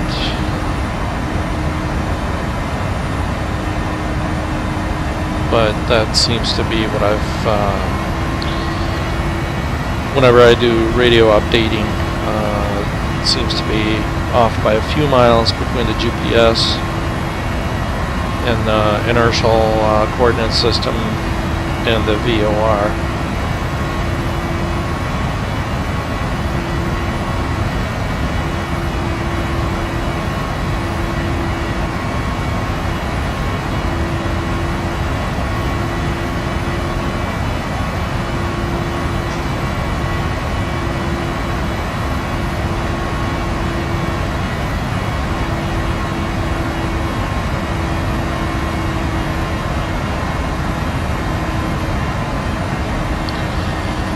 So the message was unable 280 at Stoli.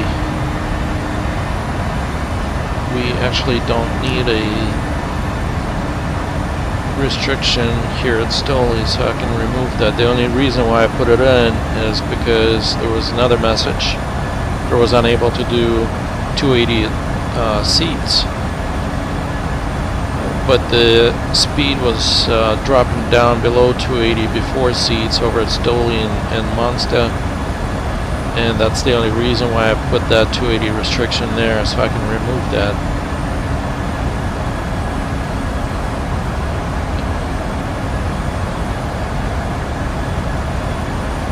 If I just press the right buttons.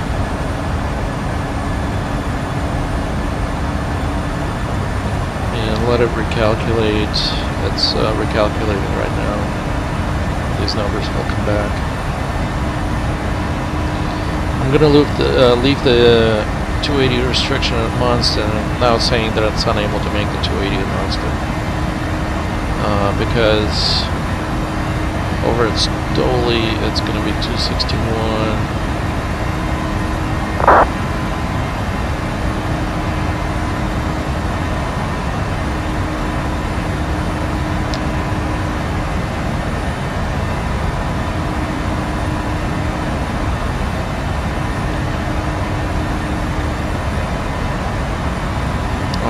Whatever, you know, I'm not going to worry about this. This is not anything I need to worry about. However, I'm going to put this guy on legs. Forgot to do that earlier.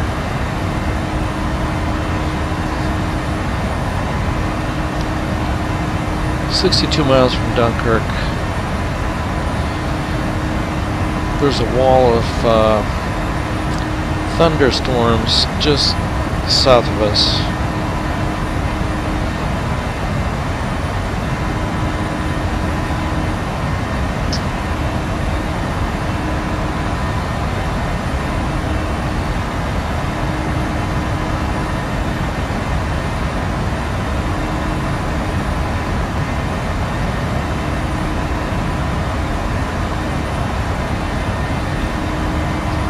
We're just passing that Kaha waypoint that is not on our flight plan, but it kind of helps me to know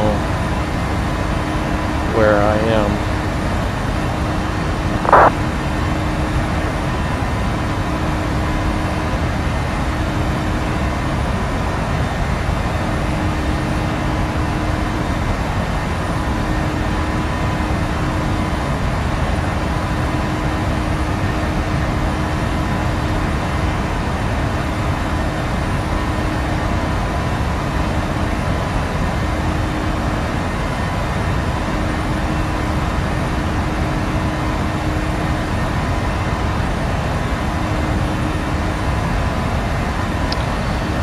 This other United flight that's no longer a factor. I don't even see him on TCAS anymore. He's pretty far away. He's over at Dunkirk now.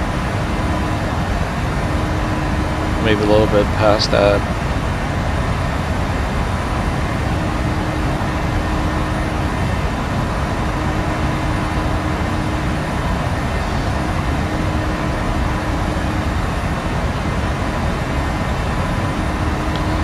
The Delta 1237 is up ahead of him still at 32,000 feet. He's doing 522 knots of ground speed. He's an MD-82.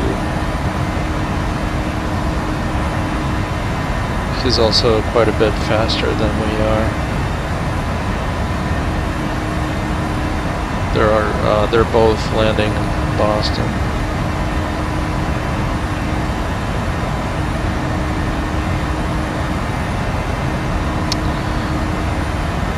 ATC over at Boston is open on the ground. The ground frequency is 121.9er.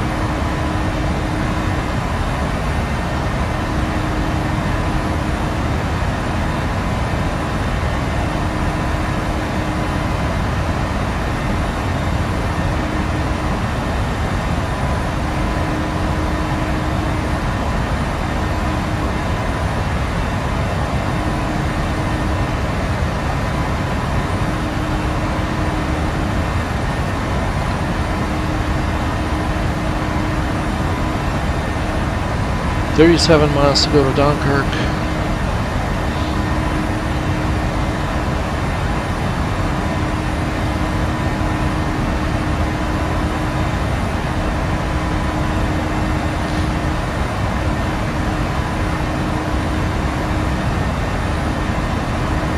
We can do a quick system check.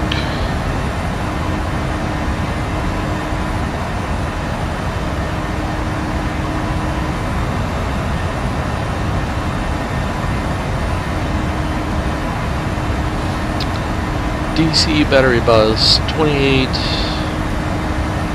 28 on the auxiliary, TR1 2648, 2622 on TR2, and 2613 on 3.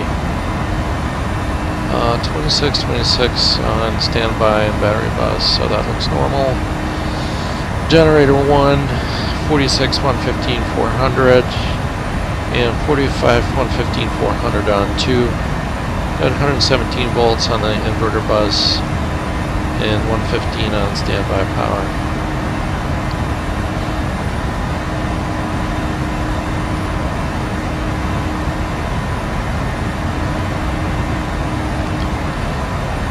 %on 1, about 630-ish on EGT, N2 86.4 and 86.0. Fuel flows looks normal, oil pressure is normal. Oil temperature is normal, oil quantity is normal.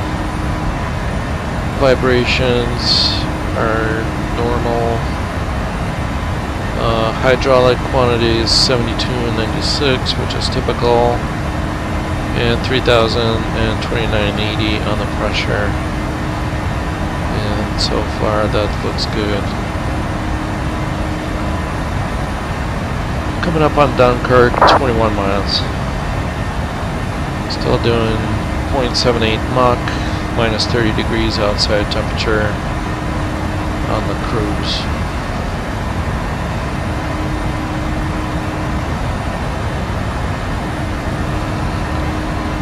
We'll do another fuel burn over at Dunkirk.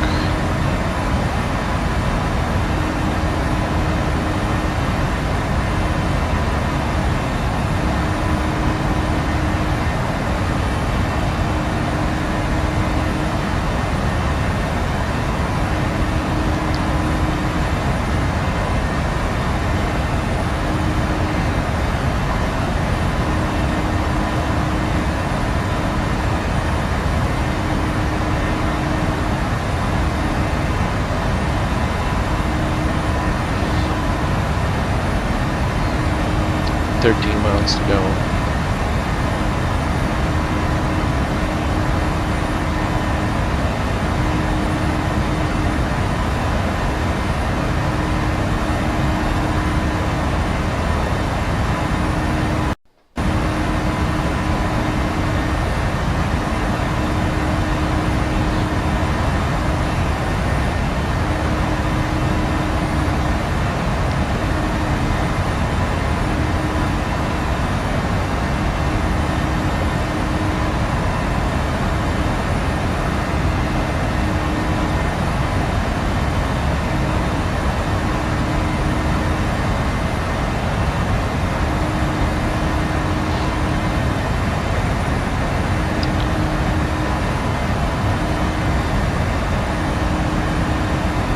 Alright, 5 miles to go to Dunkirk.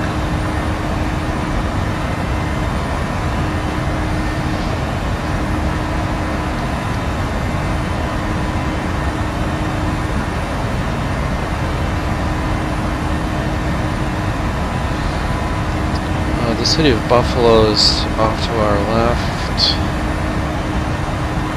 up ahead and to the left a little bit.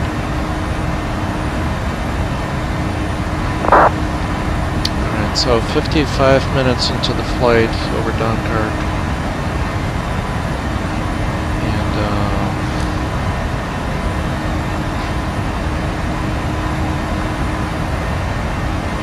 should be 9.7 on fuel. We're 9.0. So we're minus 700 pounds on the fuel in the minus. Next waypoint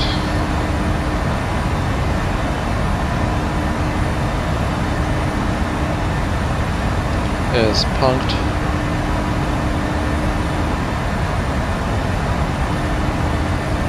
Which is the start of the J-Fund 2 arrival. That's going to be Albany.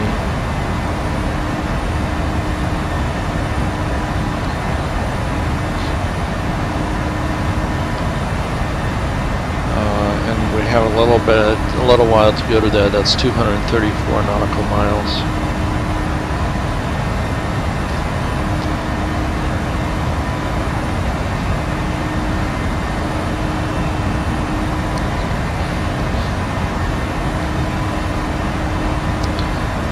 Across Lake Erie.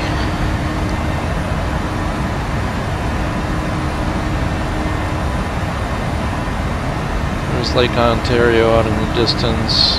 Buffalo is over to our left.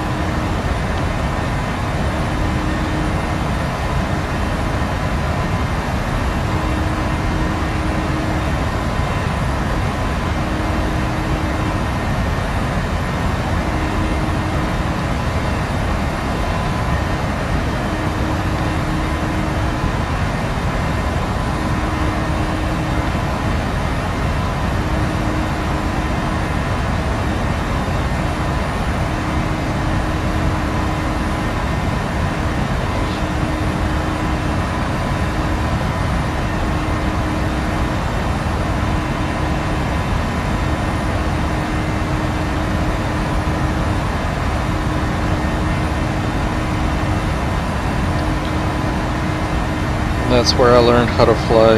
Was in Buffalo, taking flying lessons out of Prior Aviation.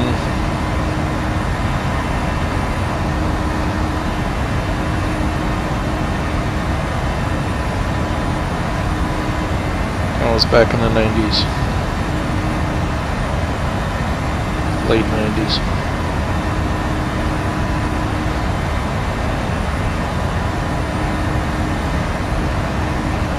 Just looking at the sectional here, I see Batavia, Genesee County Airfield, which is where I did my first solo touch and go. Flew over to Dunkirk with my flight instructor, Eric. Niagara Falls Airport. Rochester. I did my checkout flights, picked up the check ride flight instructor for my check ride for private certification out of Rochester, and I landed in Rochester. It was the first time I've ever been there, and I wasn't sure which way to go. I landed and got yelled at by the tower for not being on the right taxiway. I thought they were gonna call me into the tower and have a talk with the FAA, but you know, they took it easy on me. I didn't have my private ticket. I had a solo flight ticket just to get there to do my check ride. So that was, gosh, 20 years ago.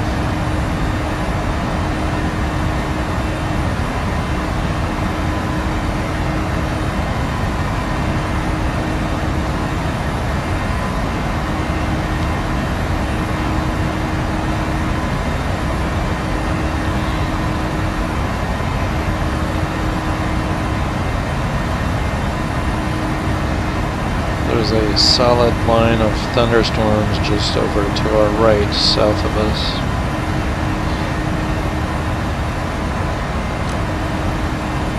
Way over there. Nasty stuff. Severe thunderstorms.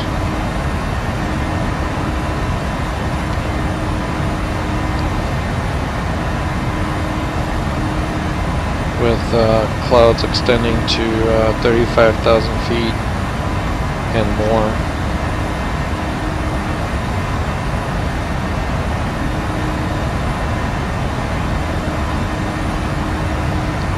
Cumulus clouds.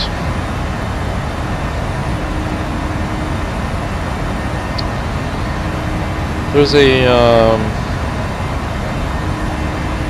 waypoint here that's coming up. That's also not on my flight plan, but we can dial that in. And that's coming off of the Slate Run VOR, which is on 113.9.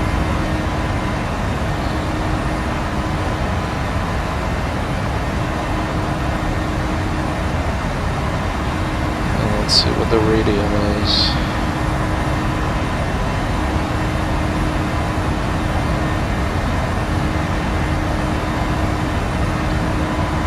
.016.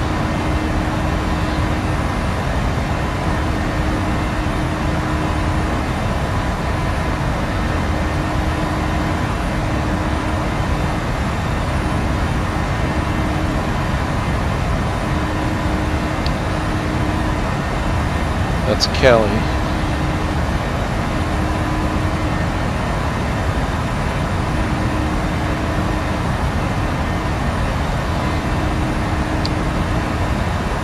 And the next one is, looks like Xtal. We can pick that up from Syracuse 117.0.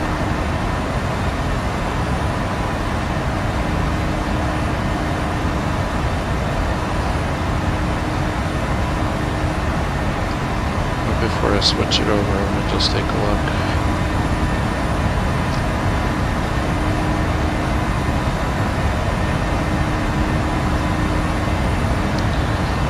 We're 60 miles away from Dunkirk. No longer on the radial.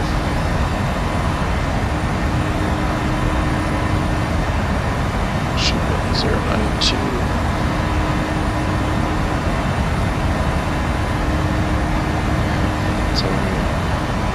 Pretty far away from Dunkirk now. So Syracuse 117.0.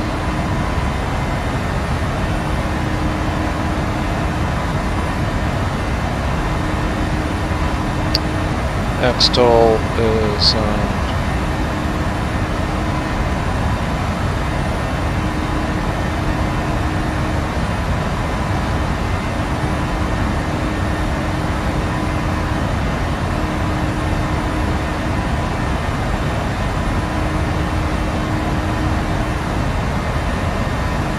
I have no idea. No idea what the radial is.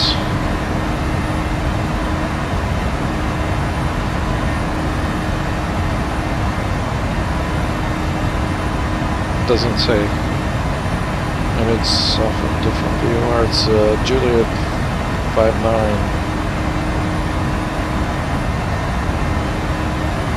Maybe I can get it off of Hancock.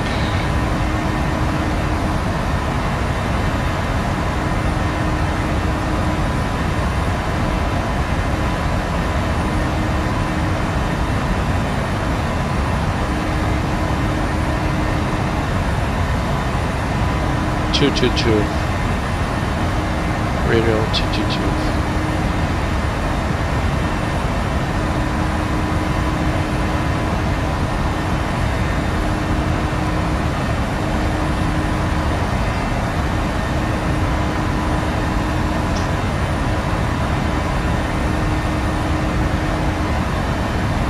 There's the Syracuse VOR.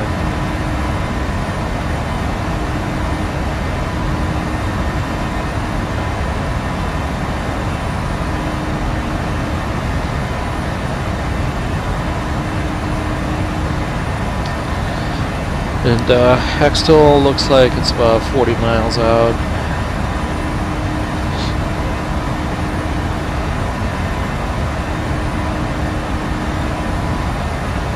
It's actually an intersection with Rochester VOR, which is 110.0.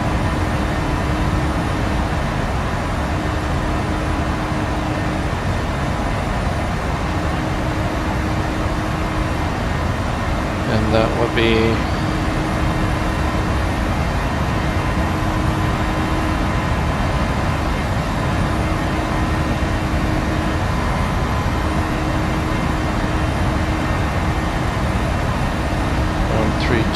radial 132.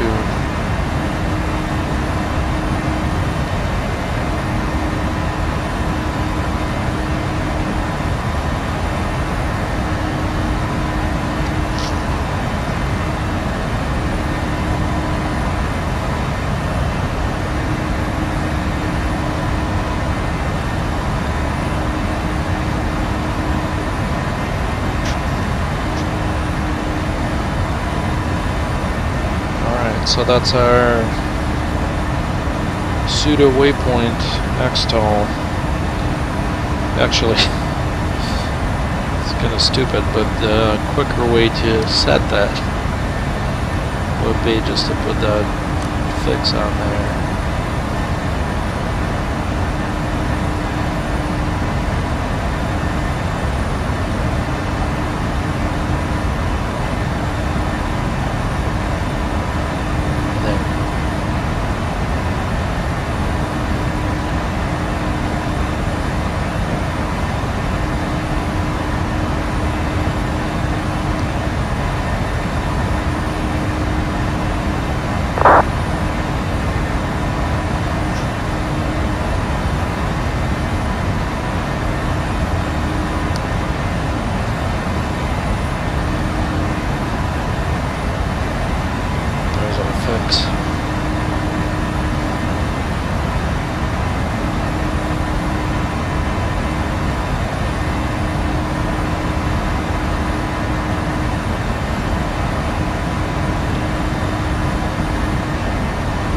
How's that for radio checking, radio updating?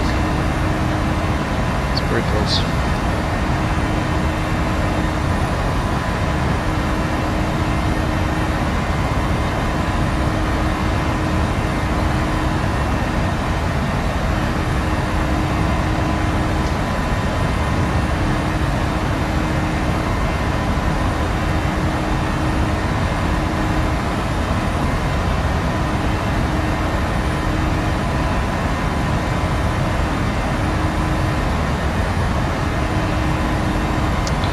Hundred 40 miles to Punkt.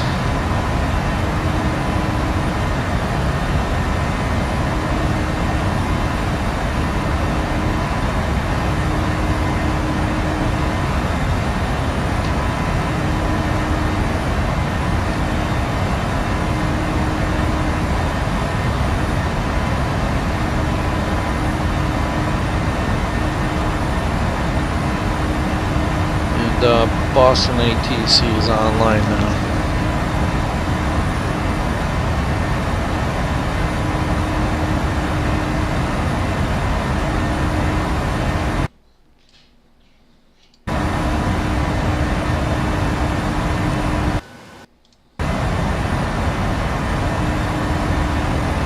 Boston Center's online 134.7. And we're getting pretty close to his territory, so might as well just give him a call pretty soon. 134.7.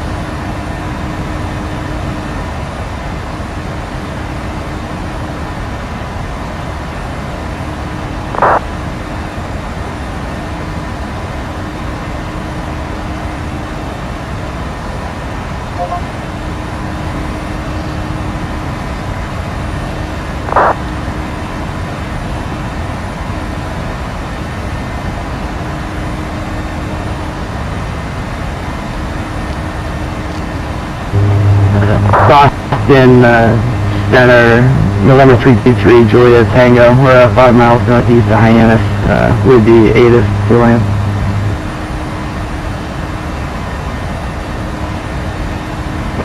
And November 323, Julia Tango, Boston Center, right, city request.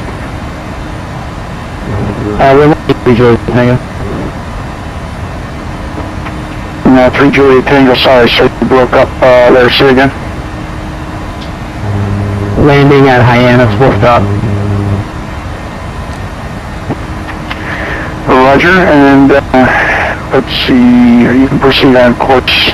Maintain VFR, and just advise when you have the airport in sight. Airport in sight, 3 Julia Tango. Okay, sir, I'm just picking up all the other aircraft. You can go ahead and make your approach and land at Hyannis. At your distance point, you're very close. 3 Julia Tango.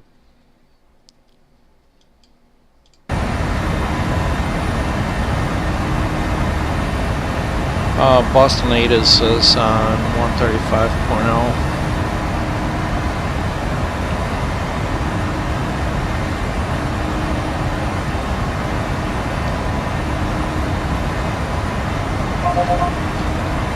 at 7. Visibility 0. Few clouds at 8,000. 1,000 overcast. Temperature 12. 2.2. Altimeter 3010.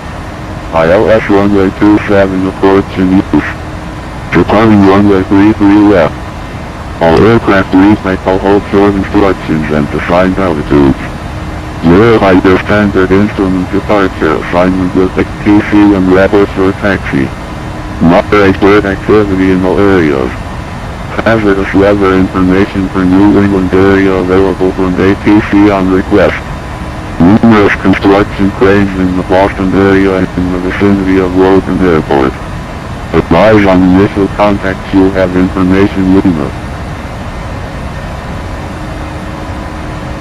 Boston Logan Airport information Lima. 18540. Run 290 at 7. Visibility 10. Few clouds at 8,000. 1,000 overcast. Temperature 12. 2.2. Altimeter 3010. ILS runway 27 approach in use. Departing runway 33 left. All aircraft leave may hold short instructions and assigned altitudes. 0. Alright, 33 left on the runway.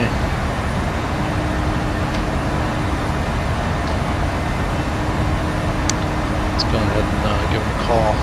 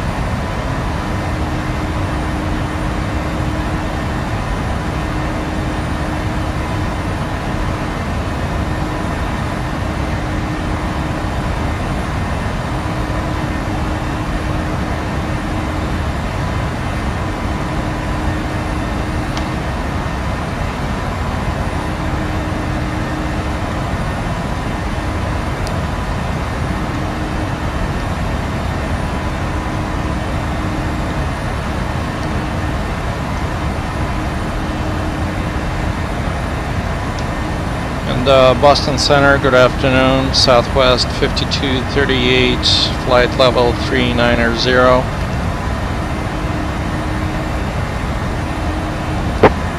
Southwest 5238, looking for you, standby. Roger. Okay, yeah, we got you, Southwest 5238, reset your transponder now, sir, in spot code 47034703. Alright, Roger, 4703 on the transponder, Southwest 5238.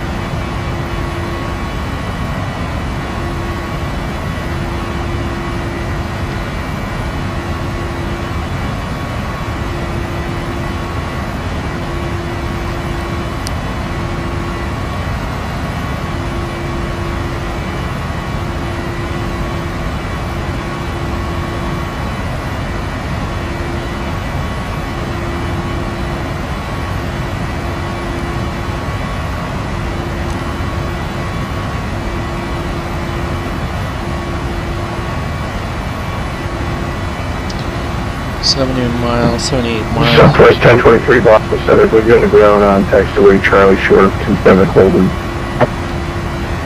Southwest 1023 Boston Center, cross runway 27. Cross runway 27, Southwest 1020. Boston Center, good day. Speedbird 7 Tango Golf with you, 5 Chevy 360 inbound. Yeah.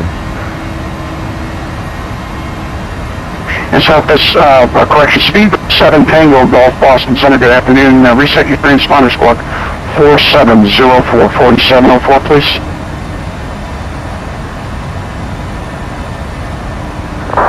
We'll set our transponder to 4704, Speedbird 7 Tango. And Southwest 5238, you are radar contact 73 miles west of the Albany. You'll descend via the G-Fund arrival and expect runway 27.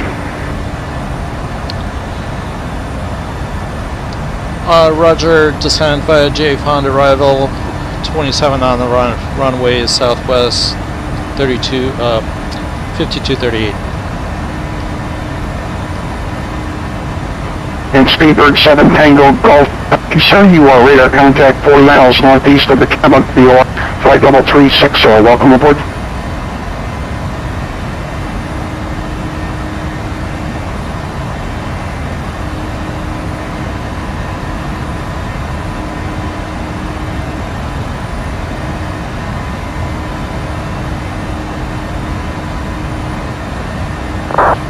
Boston Center, good afternoon. Speedbird 52 Hotel X-ray, reaching flight level 360.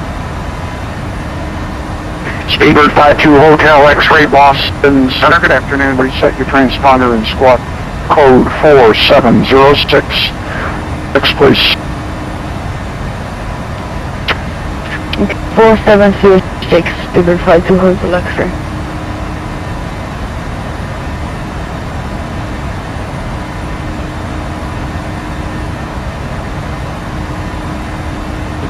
Southwest information Boston Center, Charlie short of 333 forever.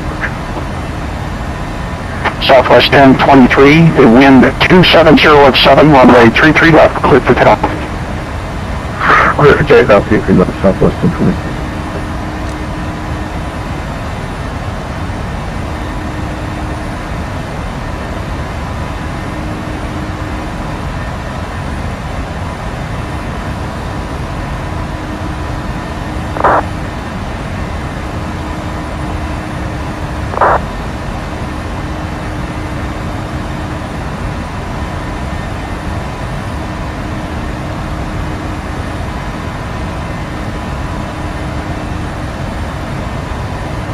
Delta 1230.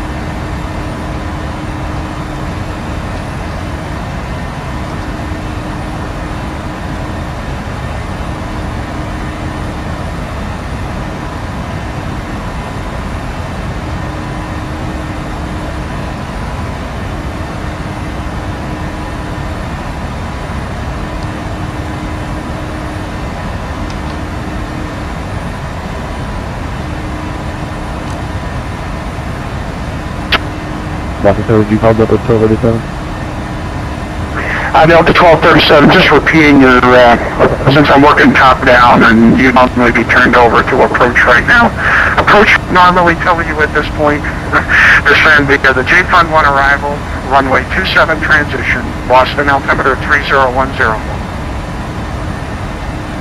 What we're descending now, and altimeter 3010 for 7%.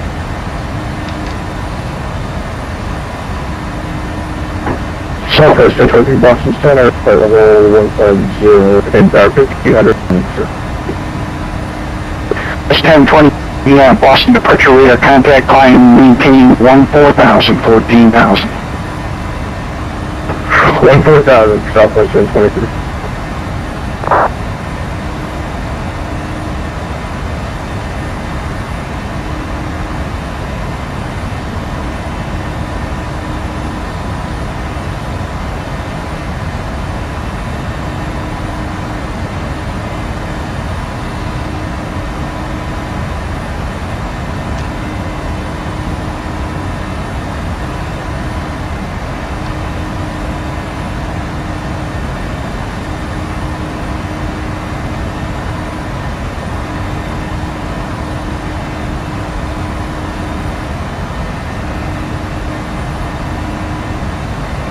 And Olympic 937, do you copy the invoice?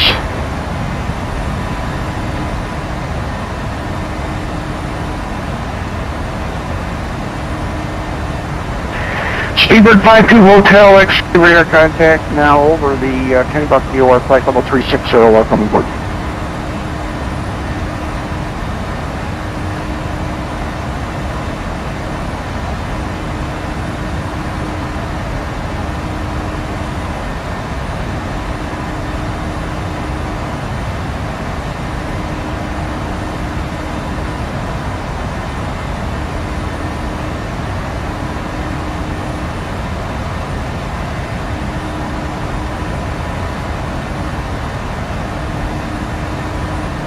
Southwest 1023, climb and maintain flight level 300. Climb and maintain 300, Southwest 1023.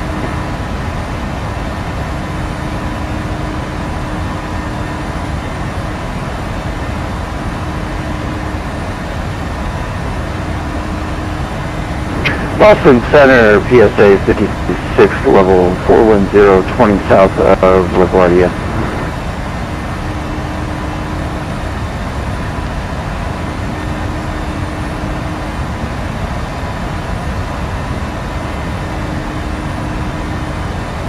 And aircraft south of LaGuardia. Say your call sign again? Go by PSA 5046. I have a JIA 5046. Would that be you? My apologies. Yep, that was a call sign. J 5046. Alright, no problem. J5046, welcome sir, and reset your transponder squawk code 4707. 4707, 5046.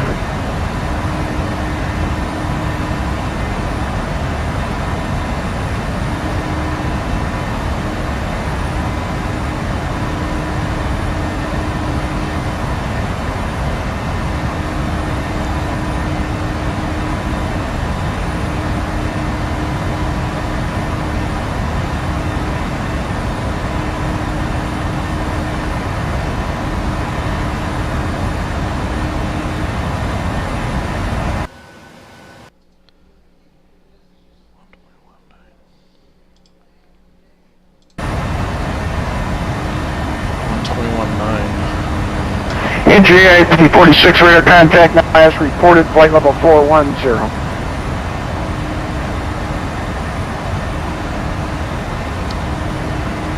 121.9 on the ground.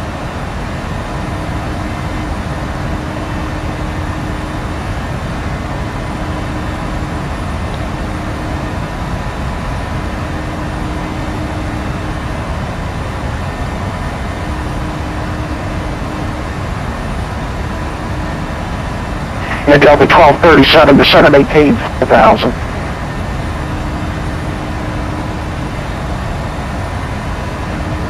Maintain 6,000, good, 47.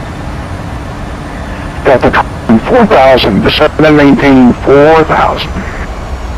Maintain 4,000. Sorry about that, you seem to be breaking up a little bit with your mic for Delta 1237.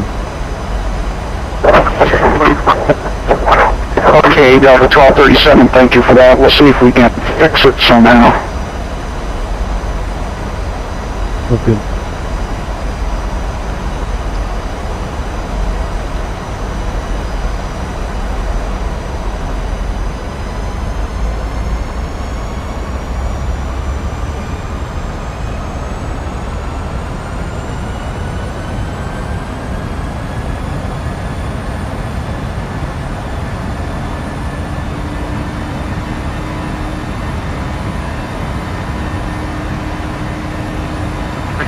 And Speedbird 52 Hotel X-Ray Boston Center, do you copy?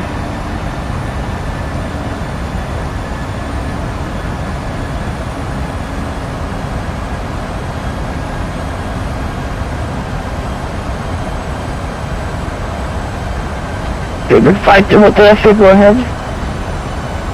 Okay, 52 Hotel X-ray. No, sir, you're in good shape. Your radar contact now about 30 miles northeast of the Manchester via level 36. You can continue on your flight plan route. Roger, continue on flight plan route 5.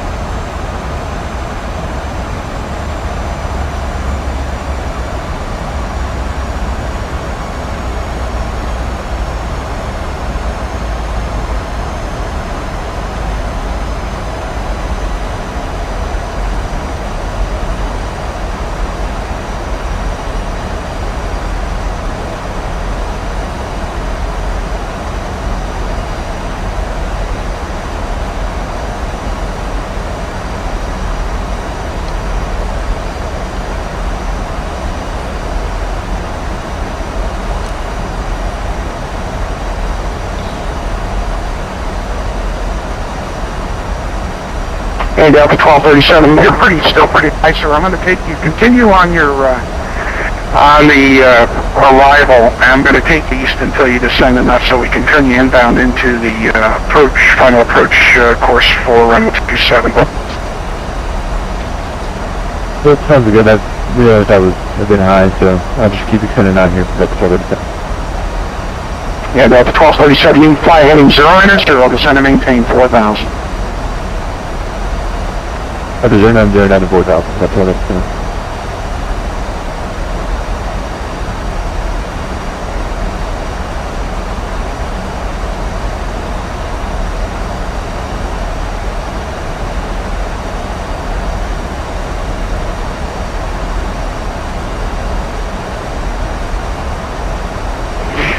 And JIA 5046 on your arrival into Manchester on the Rosie 2 arrival, you can descend at pilot's discretion to cross Tito at 5,210 knots, 210 knots at Tito, please. Pilot's discretion down to 5,000 at TO for JIA 5046.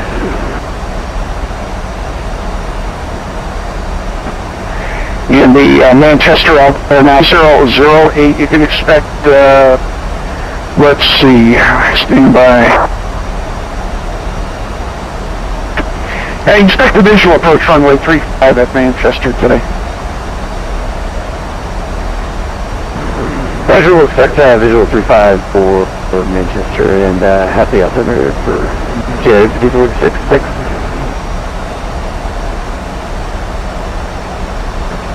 3008 at Manchester for the altimeter.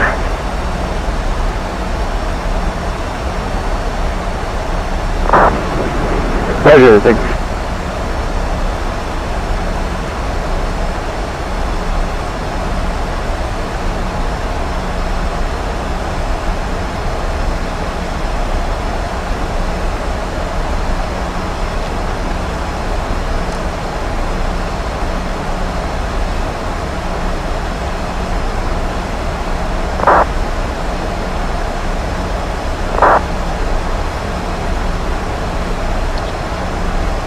We're going to be landing in Boston with 5.9 on the fuel, which is fine. It's a little bit less than I planned. Negative, this is United 942 out with you on Washington. United 942, that helps me out a little bit, so thank you for that. Radar contact now 22 miles southwest of Rockdale, VOR. Flight level 350. Welcome aboard. Right, sir.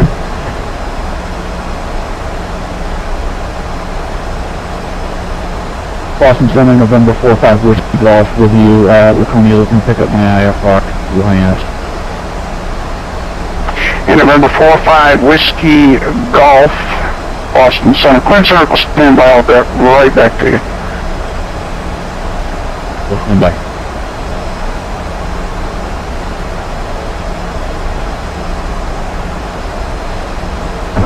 And all clear, just being good there. 46 overhead Kennedy 310.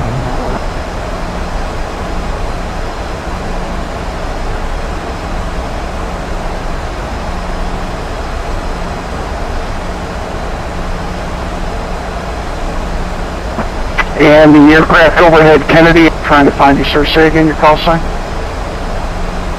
USA 1646.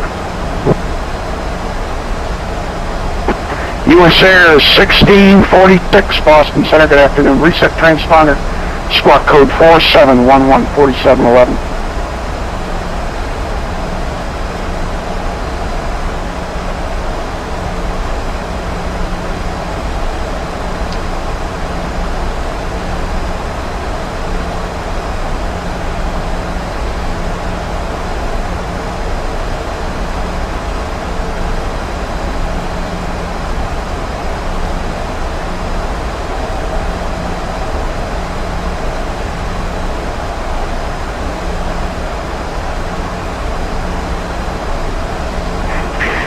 US Air 1546, you are radar contact as reported, flight level 310, descend via the Roebuck 3 arrival. Roebuck 3 arrival, expect runway 27 at Boston.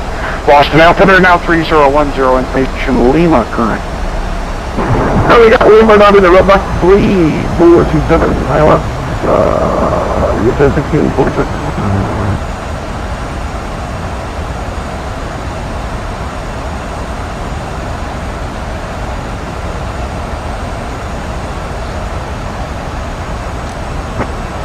And Beach 45 Whiskey, if I have your clearance and you're ready to copy. Ready, copy. And Beechcraft 45 Whiskey Golf, you're cleared to the Hyannis Airport via when entering controlled airspace direct Manchester. Climb and maintain 15,000. Departure frequency will be with me, 0.7, that will be Boston Center, and squawk 4712, 4712. Okay, the Hyannis, filed the ones airspace, direct Manchester. I'm gonna climb and maintain 15,000. Gonna depart frequency 134.7 review and 4712 in the box. 45 Whiskey Golf. Beach 45 Whiskey Golf readback is correct.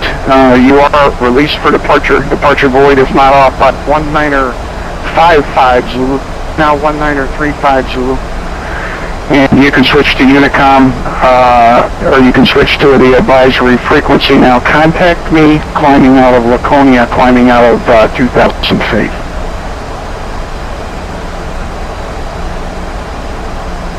Okay, I will void if not off by 1955 and contact you departing out of 2045 Whiskey Golf.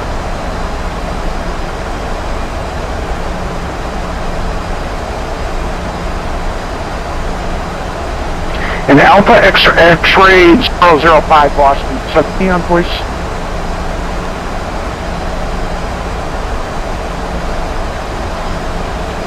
Boston Center's AX205. We can try it. Am I coming through okay? Alpha X-Ray 005, loud and clear, sir. Reset your transponder. Squawk code 4714. 4714. Squawking 4714, AX205.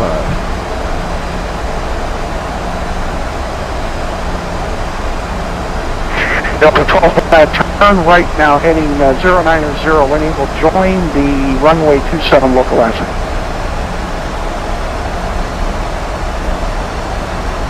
Did you get a heading? I'm pretty sure you gave me 090 for the heading. Yeah, that wouldn't work, would it? Turn right, heading 270. 270 is the runway 27 localizer. Yeah, 270 sounds a lot better. We'll be 27 localizer. For Delta 37, thank you.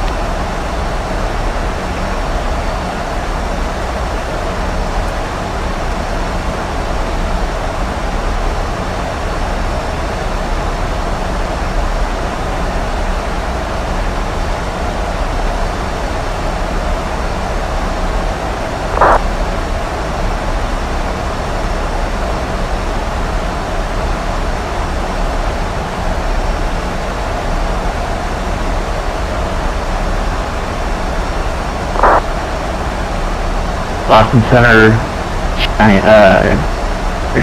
Navajo 323 Juliet Tango holding short 15 at Charlie at Hyannis.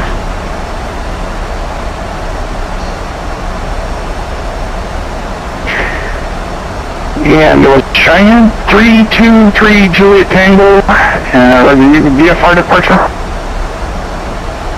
Affirmative, that's Navajo 323 Juliet Tango with VFR to the southwest. With light flight following on the way to LaGuardia, and we're holding short 15 at Hyannis.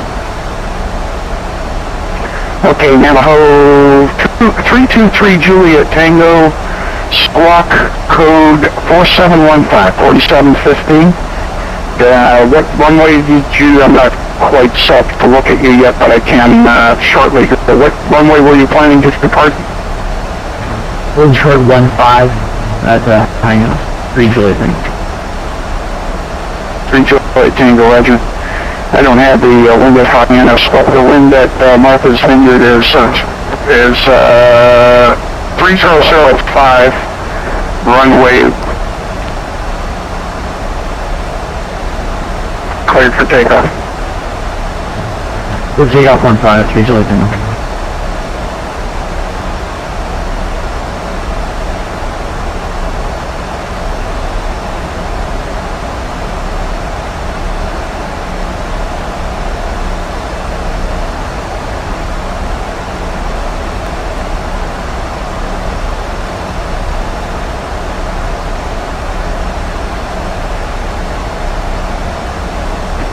And Delta 13, 1237, as you get a little closer, I'll give you a vector to intercept the final approach. Of course, you're quite a ways out right yet. Okay, we'll just hold on the 270 heading 1237. Southwest 5238, descent via the J-Fund 1 arrival, runway 27 transition, descend and maintain 4000. On the J-Fund arrival, runway 27, descend maintain 4000, southwest 5238.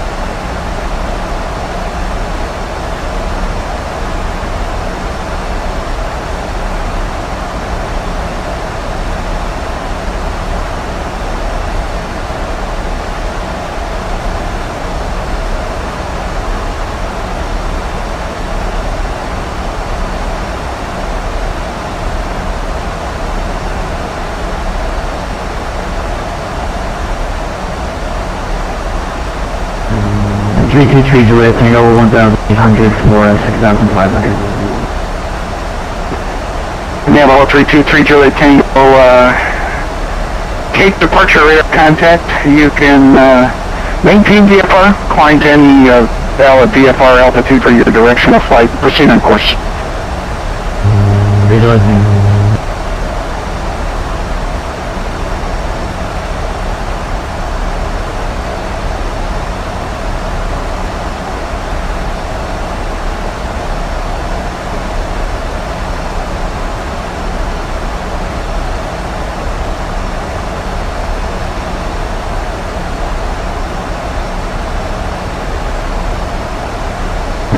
Delta 1237, turn right now heading 285. 285, we should get you to the intercept of the final approach course. Join the runway 27 localized. Runway 285 and 27 localized with 1237.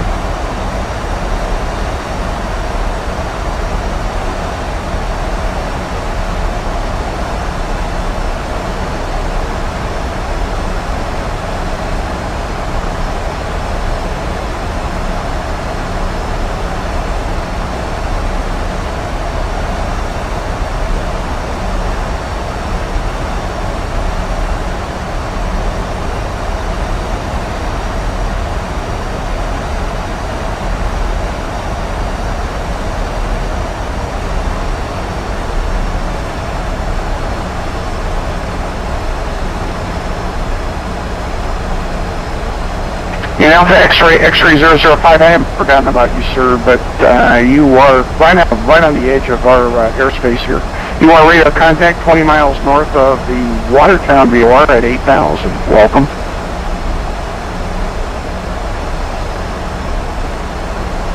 Roger, radio altitude 8,000.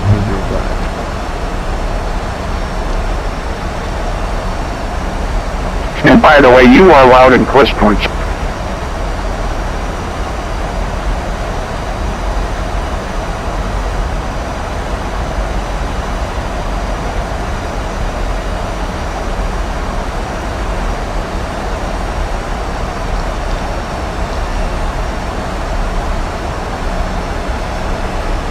AM6005,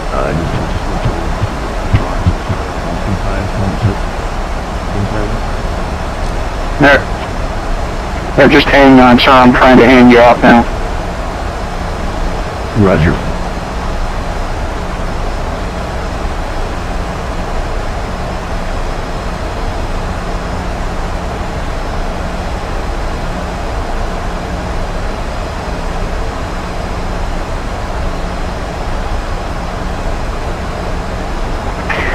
Alpha X-ray 005 contact. Toronto Center now on frequency 125.77, 2577. Have a good day.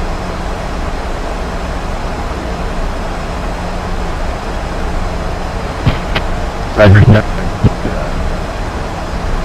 On 12577.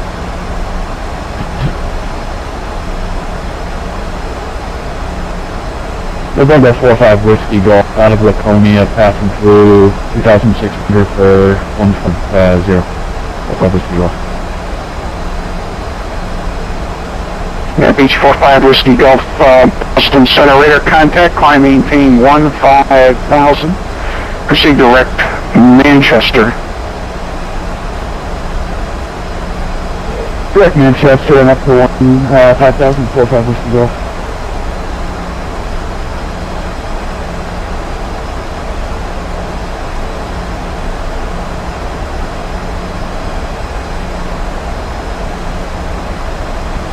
Toronto Center, Line 205 with you, 8,000 feet en route for Niagara. And Alliance 005 Boston Center. You're still on this frequency. You're IFR, is that right, sir? Negative on VFR, 8,000. Sorry about that. Yeah, you were at a IFR altitude. That's why Toronto Center asked me, when you contact them on 12577, tell them you are VFR.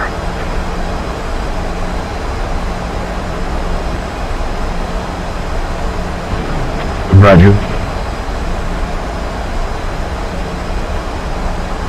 You need me to go out. You need me to change now.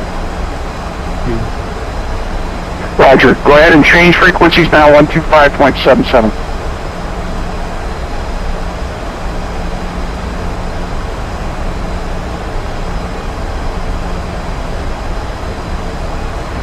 Delta 1237, you're now 11 miles from Loner, cross Loner at or above 3,000.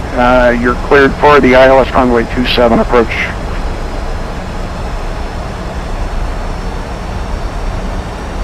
Alright, cross Avenue 3000 and clear for 27 approach, Delta 1237.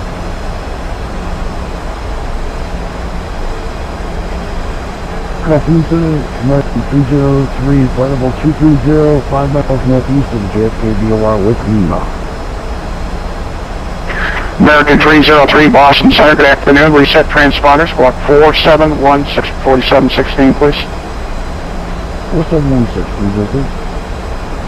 And JI 5046, you can expect vectors after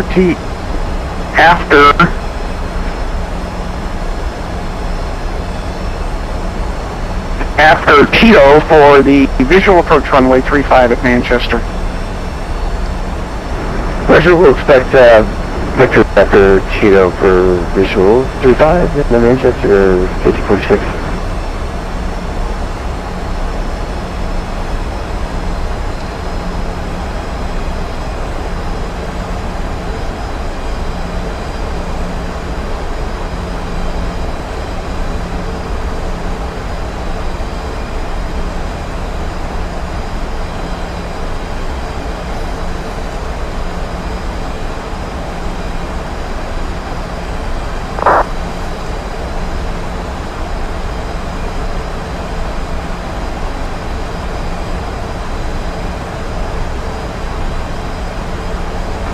American 303, Boston Center, welcome. Your radar contact has reported flight level 230. Descend via the Roebuck 3 arrival, stick runway 27, information Lima current, Boston, altimeter 3010. Descend via the Roebuck 3 at 27303. Southwest 1023 departing my airspace, New York Center offline, radar service now terminated. Frequency change approved, good flight down the Baltimore. See ya. And the 22.8, Southwest 1023, thank you for your service. Have a good afternoon.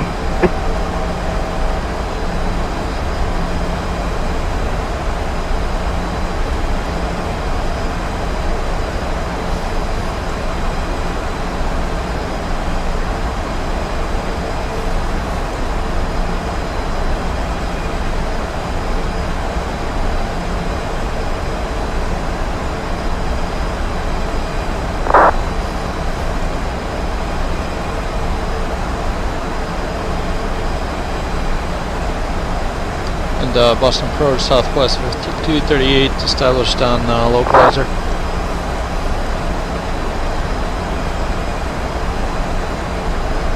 And Southwest 5238, I hadn't turned you inbound yet, sir. It was for the Delta flight. Do you have, let's see.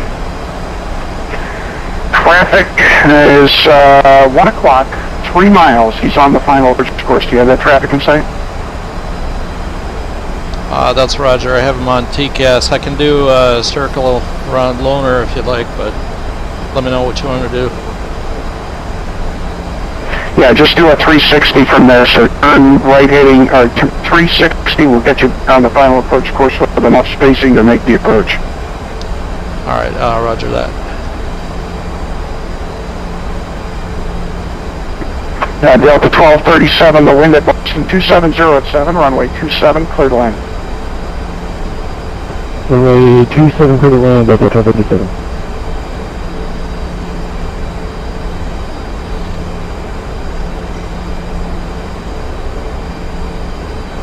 Boston Southwest 5238. I set up a hold. We'll do one turn around the Ripet if that's okay. Roger that. Traffic now at your 12 o'clock and 3 miles ahead on the final approach course. If you can, let's see, he's doing 200 knots. If you can, well, you're doing 180. Why don't you continue on the approach? Reduce speed to 170 knots, or reduce the final approach speed. You might make it there. Roger that. Southwest 5238. Southwest 5238, your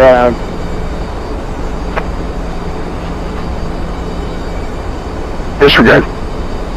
Continue the approach.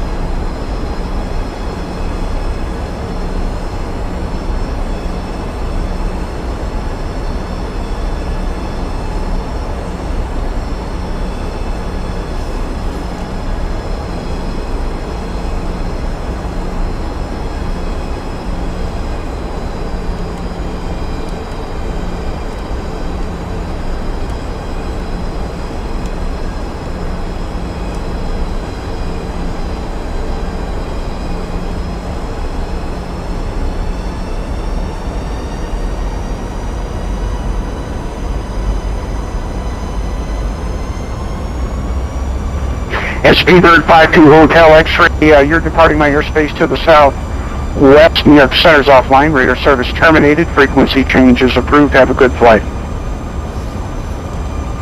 Frequency change to 52 Hotel. Bye-bye. Thank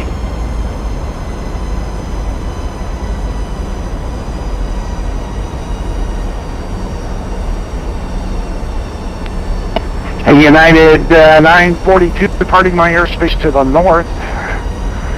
And Montreal is offline. Radar service terminated. Frequency change approved. Good flight up there to Quebec. Roger, United 942. Thanks a lot. Have a good day.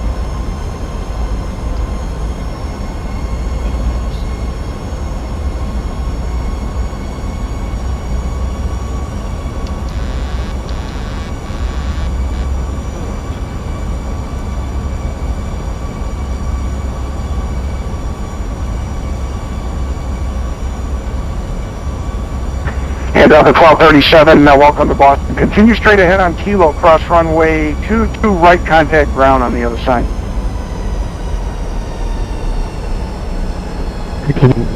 Cross 22, right, contact ground on the other side. Thanks for your service. 1237. Southwest 5238, runway 27, clear land. Clear land 27, 5238. That seemed to work out okay.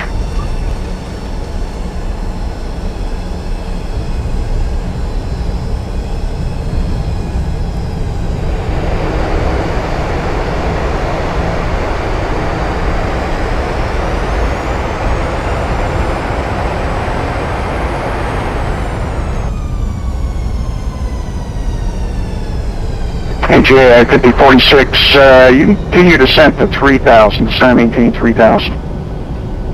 5046.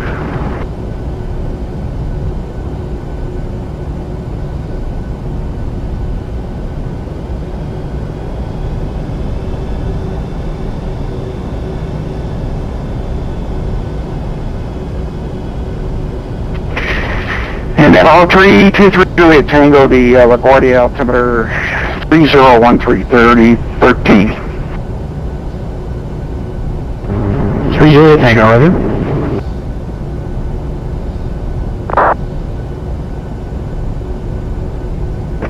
USR 1646, descending maintain 4,000. Oh, no, this is 1646. Southwest 5238, welcome to Boston. Turn off the runway when able. Roger, clear of the runway Southwest 5238, thanks.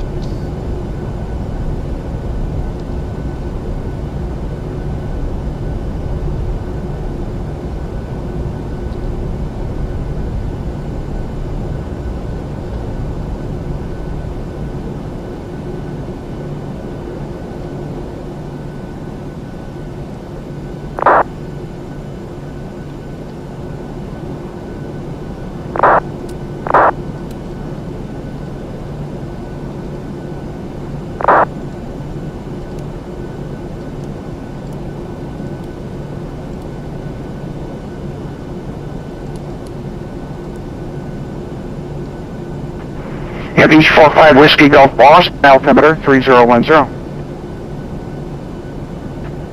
3010, 45 Whiskey Golf, thank you.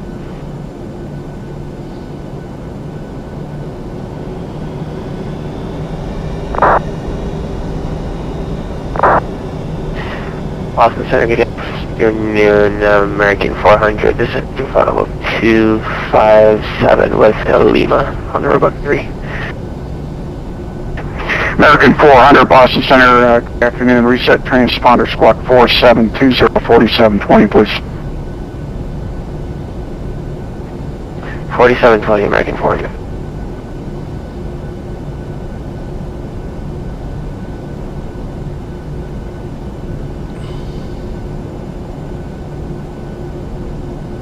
American 400, radar contact 6 miles east of the Bridgeport VOR, descending at a flight level 240, descend via the Roebuck 3 arrival, runway 27, expect.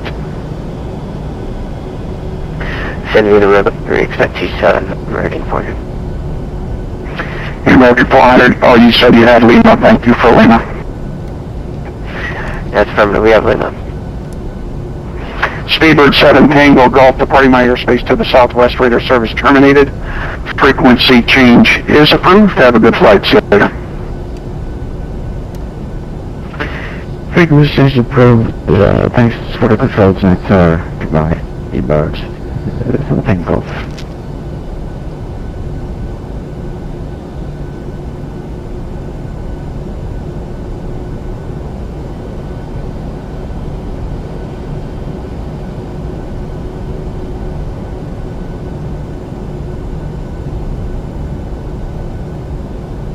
At Southwest 5238, contact ground 121.9.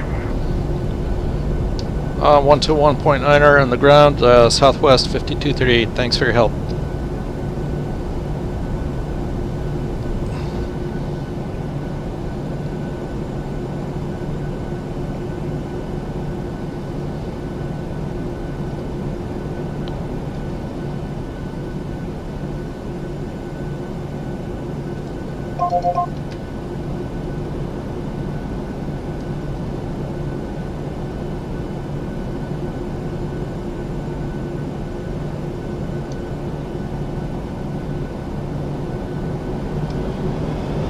Boston ground, good afternoon, Southwest 5238 with you.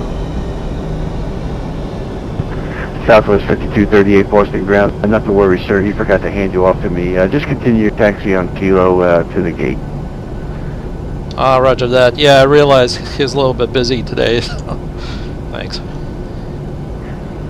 Yeah, he just forgot when I called him. He said, "Oh yeah, I forgot to hand him off." Roger that, thanks. It happens. Sure does.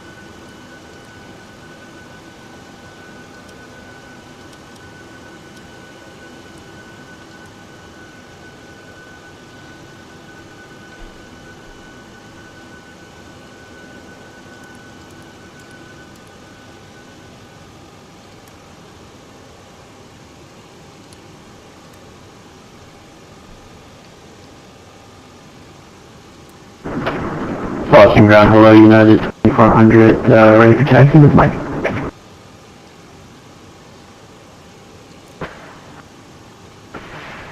United 2400, runway 33 left, taxi via Alpha Charlie, cross runway 4 left, hold short, runway 4 right.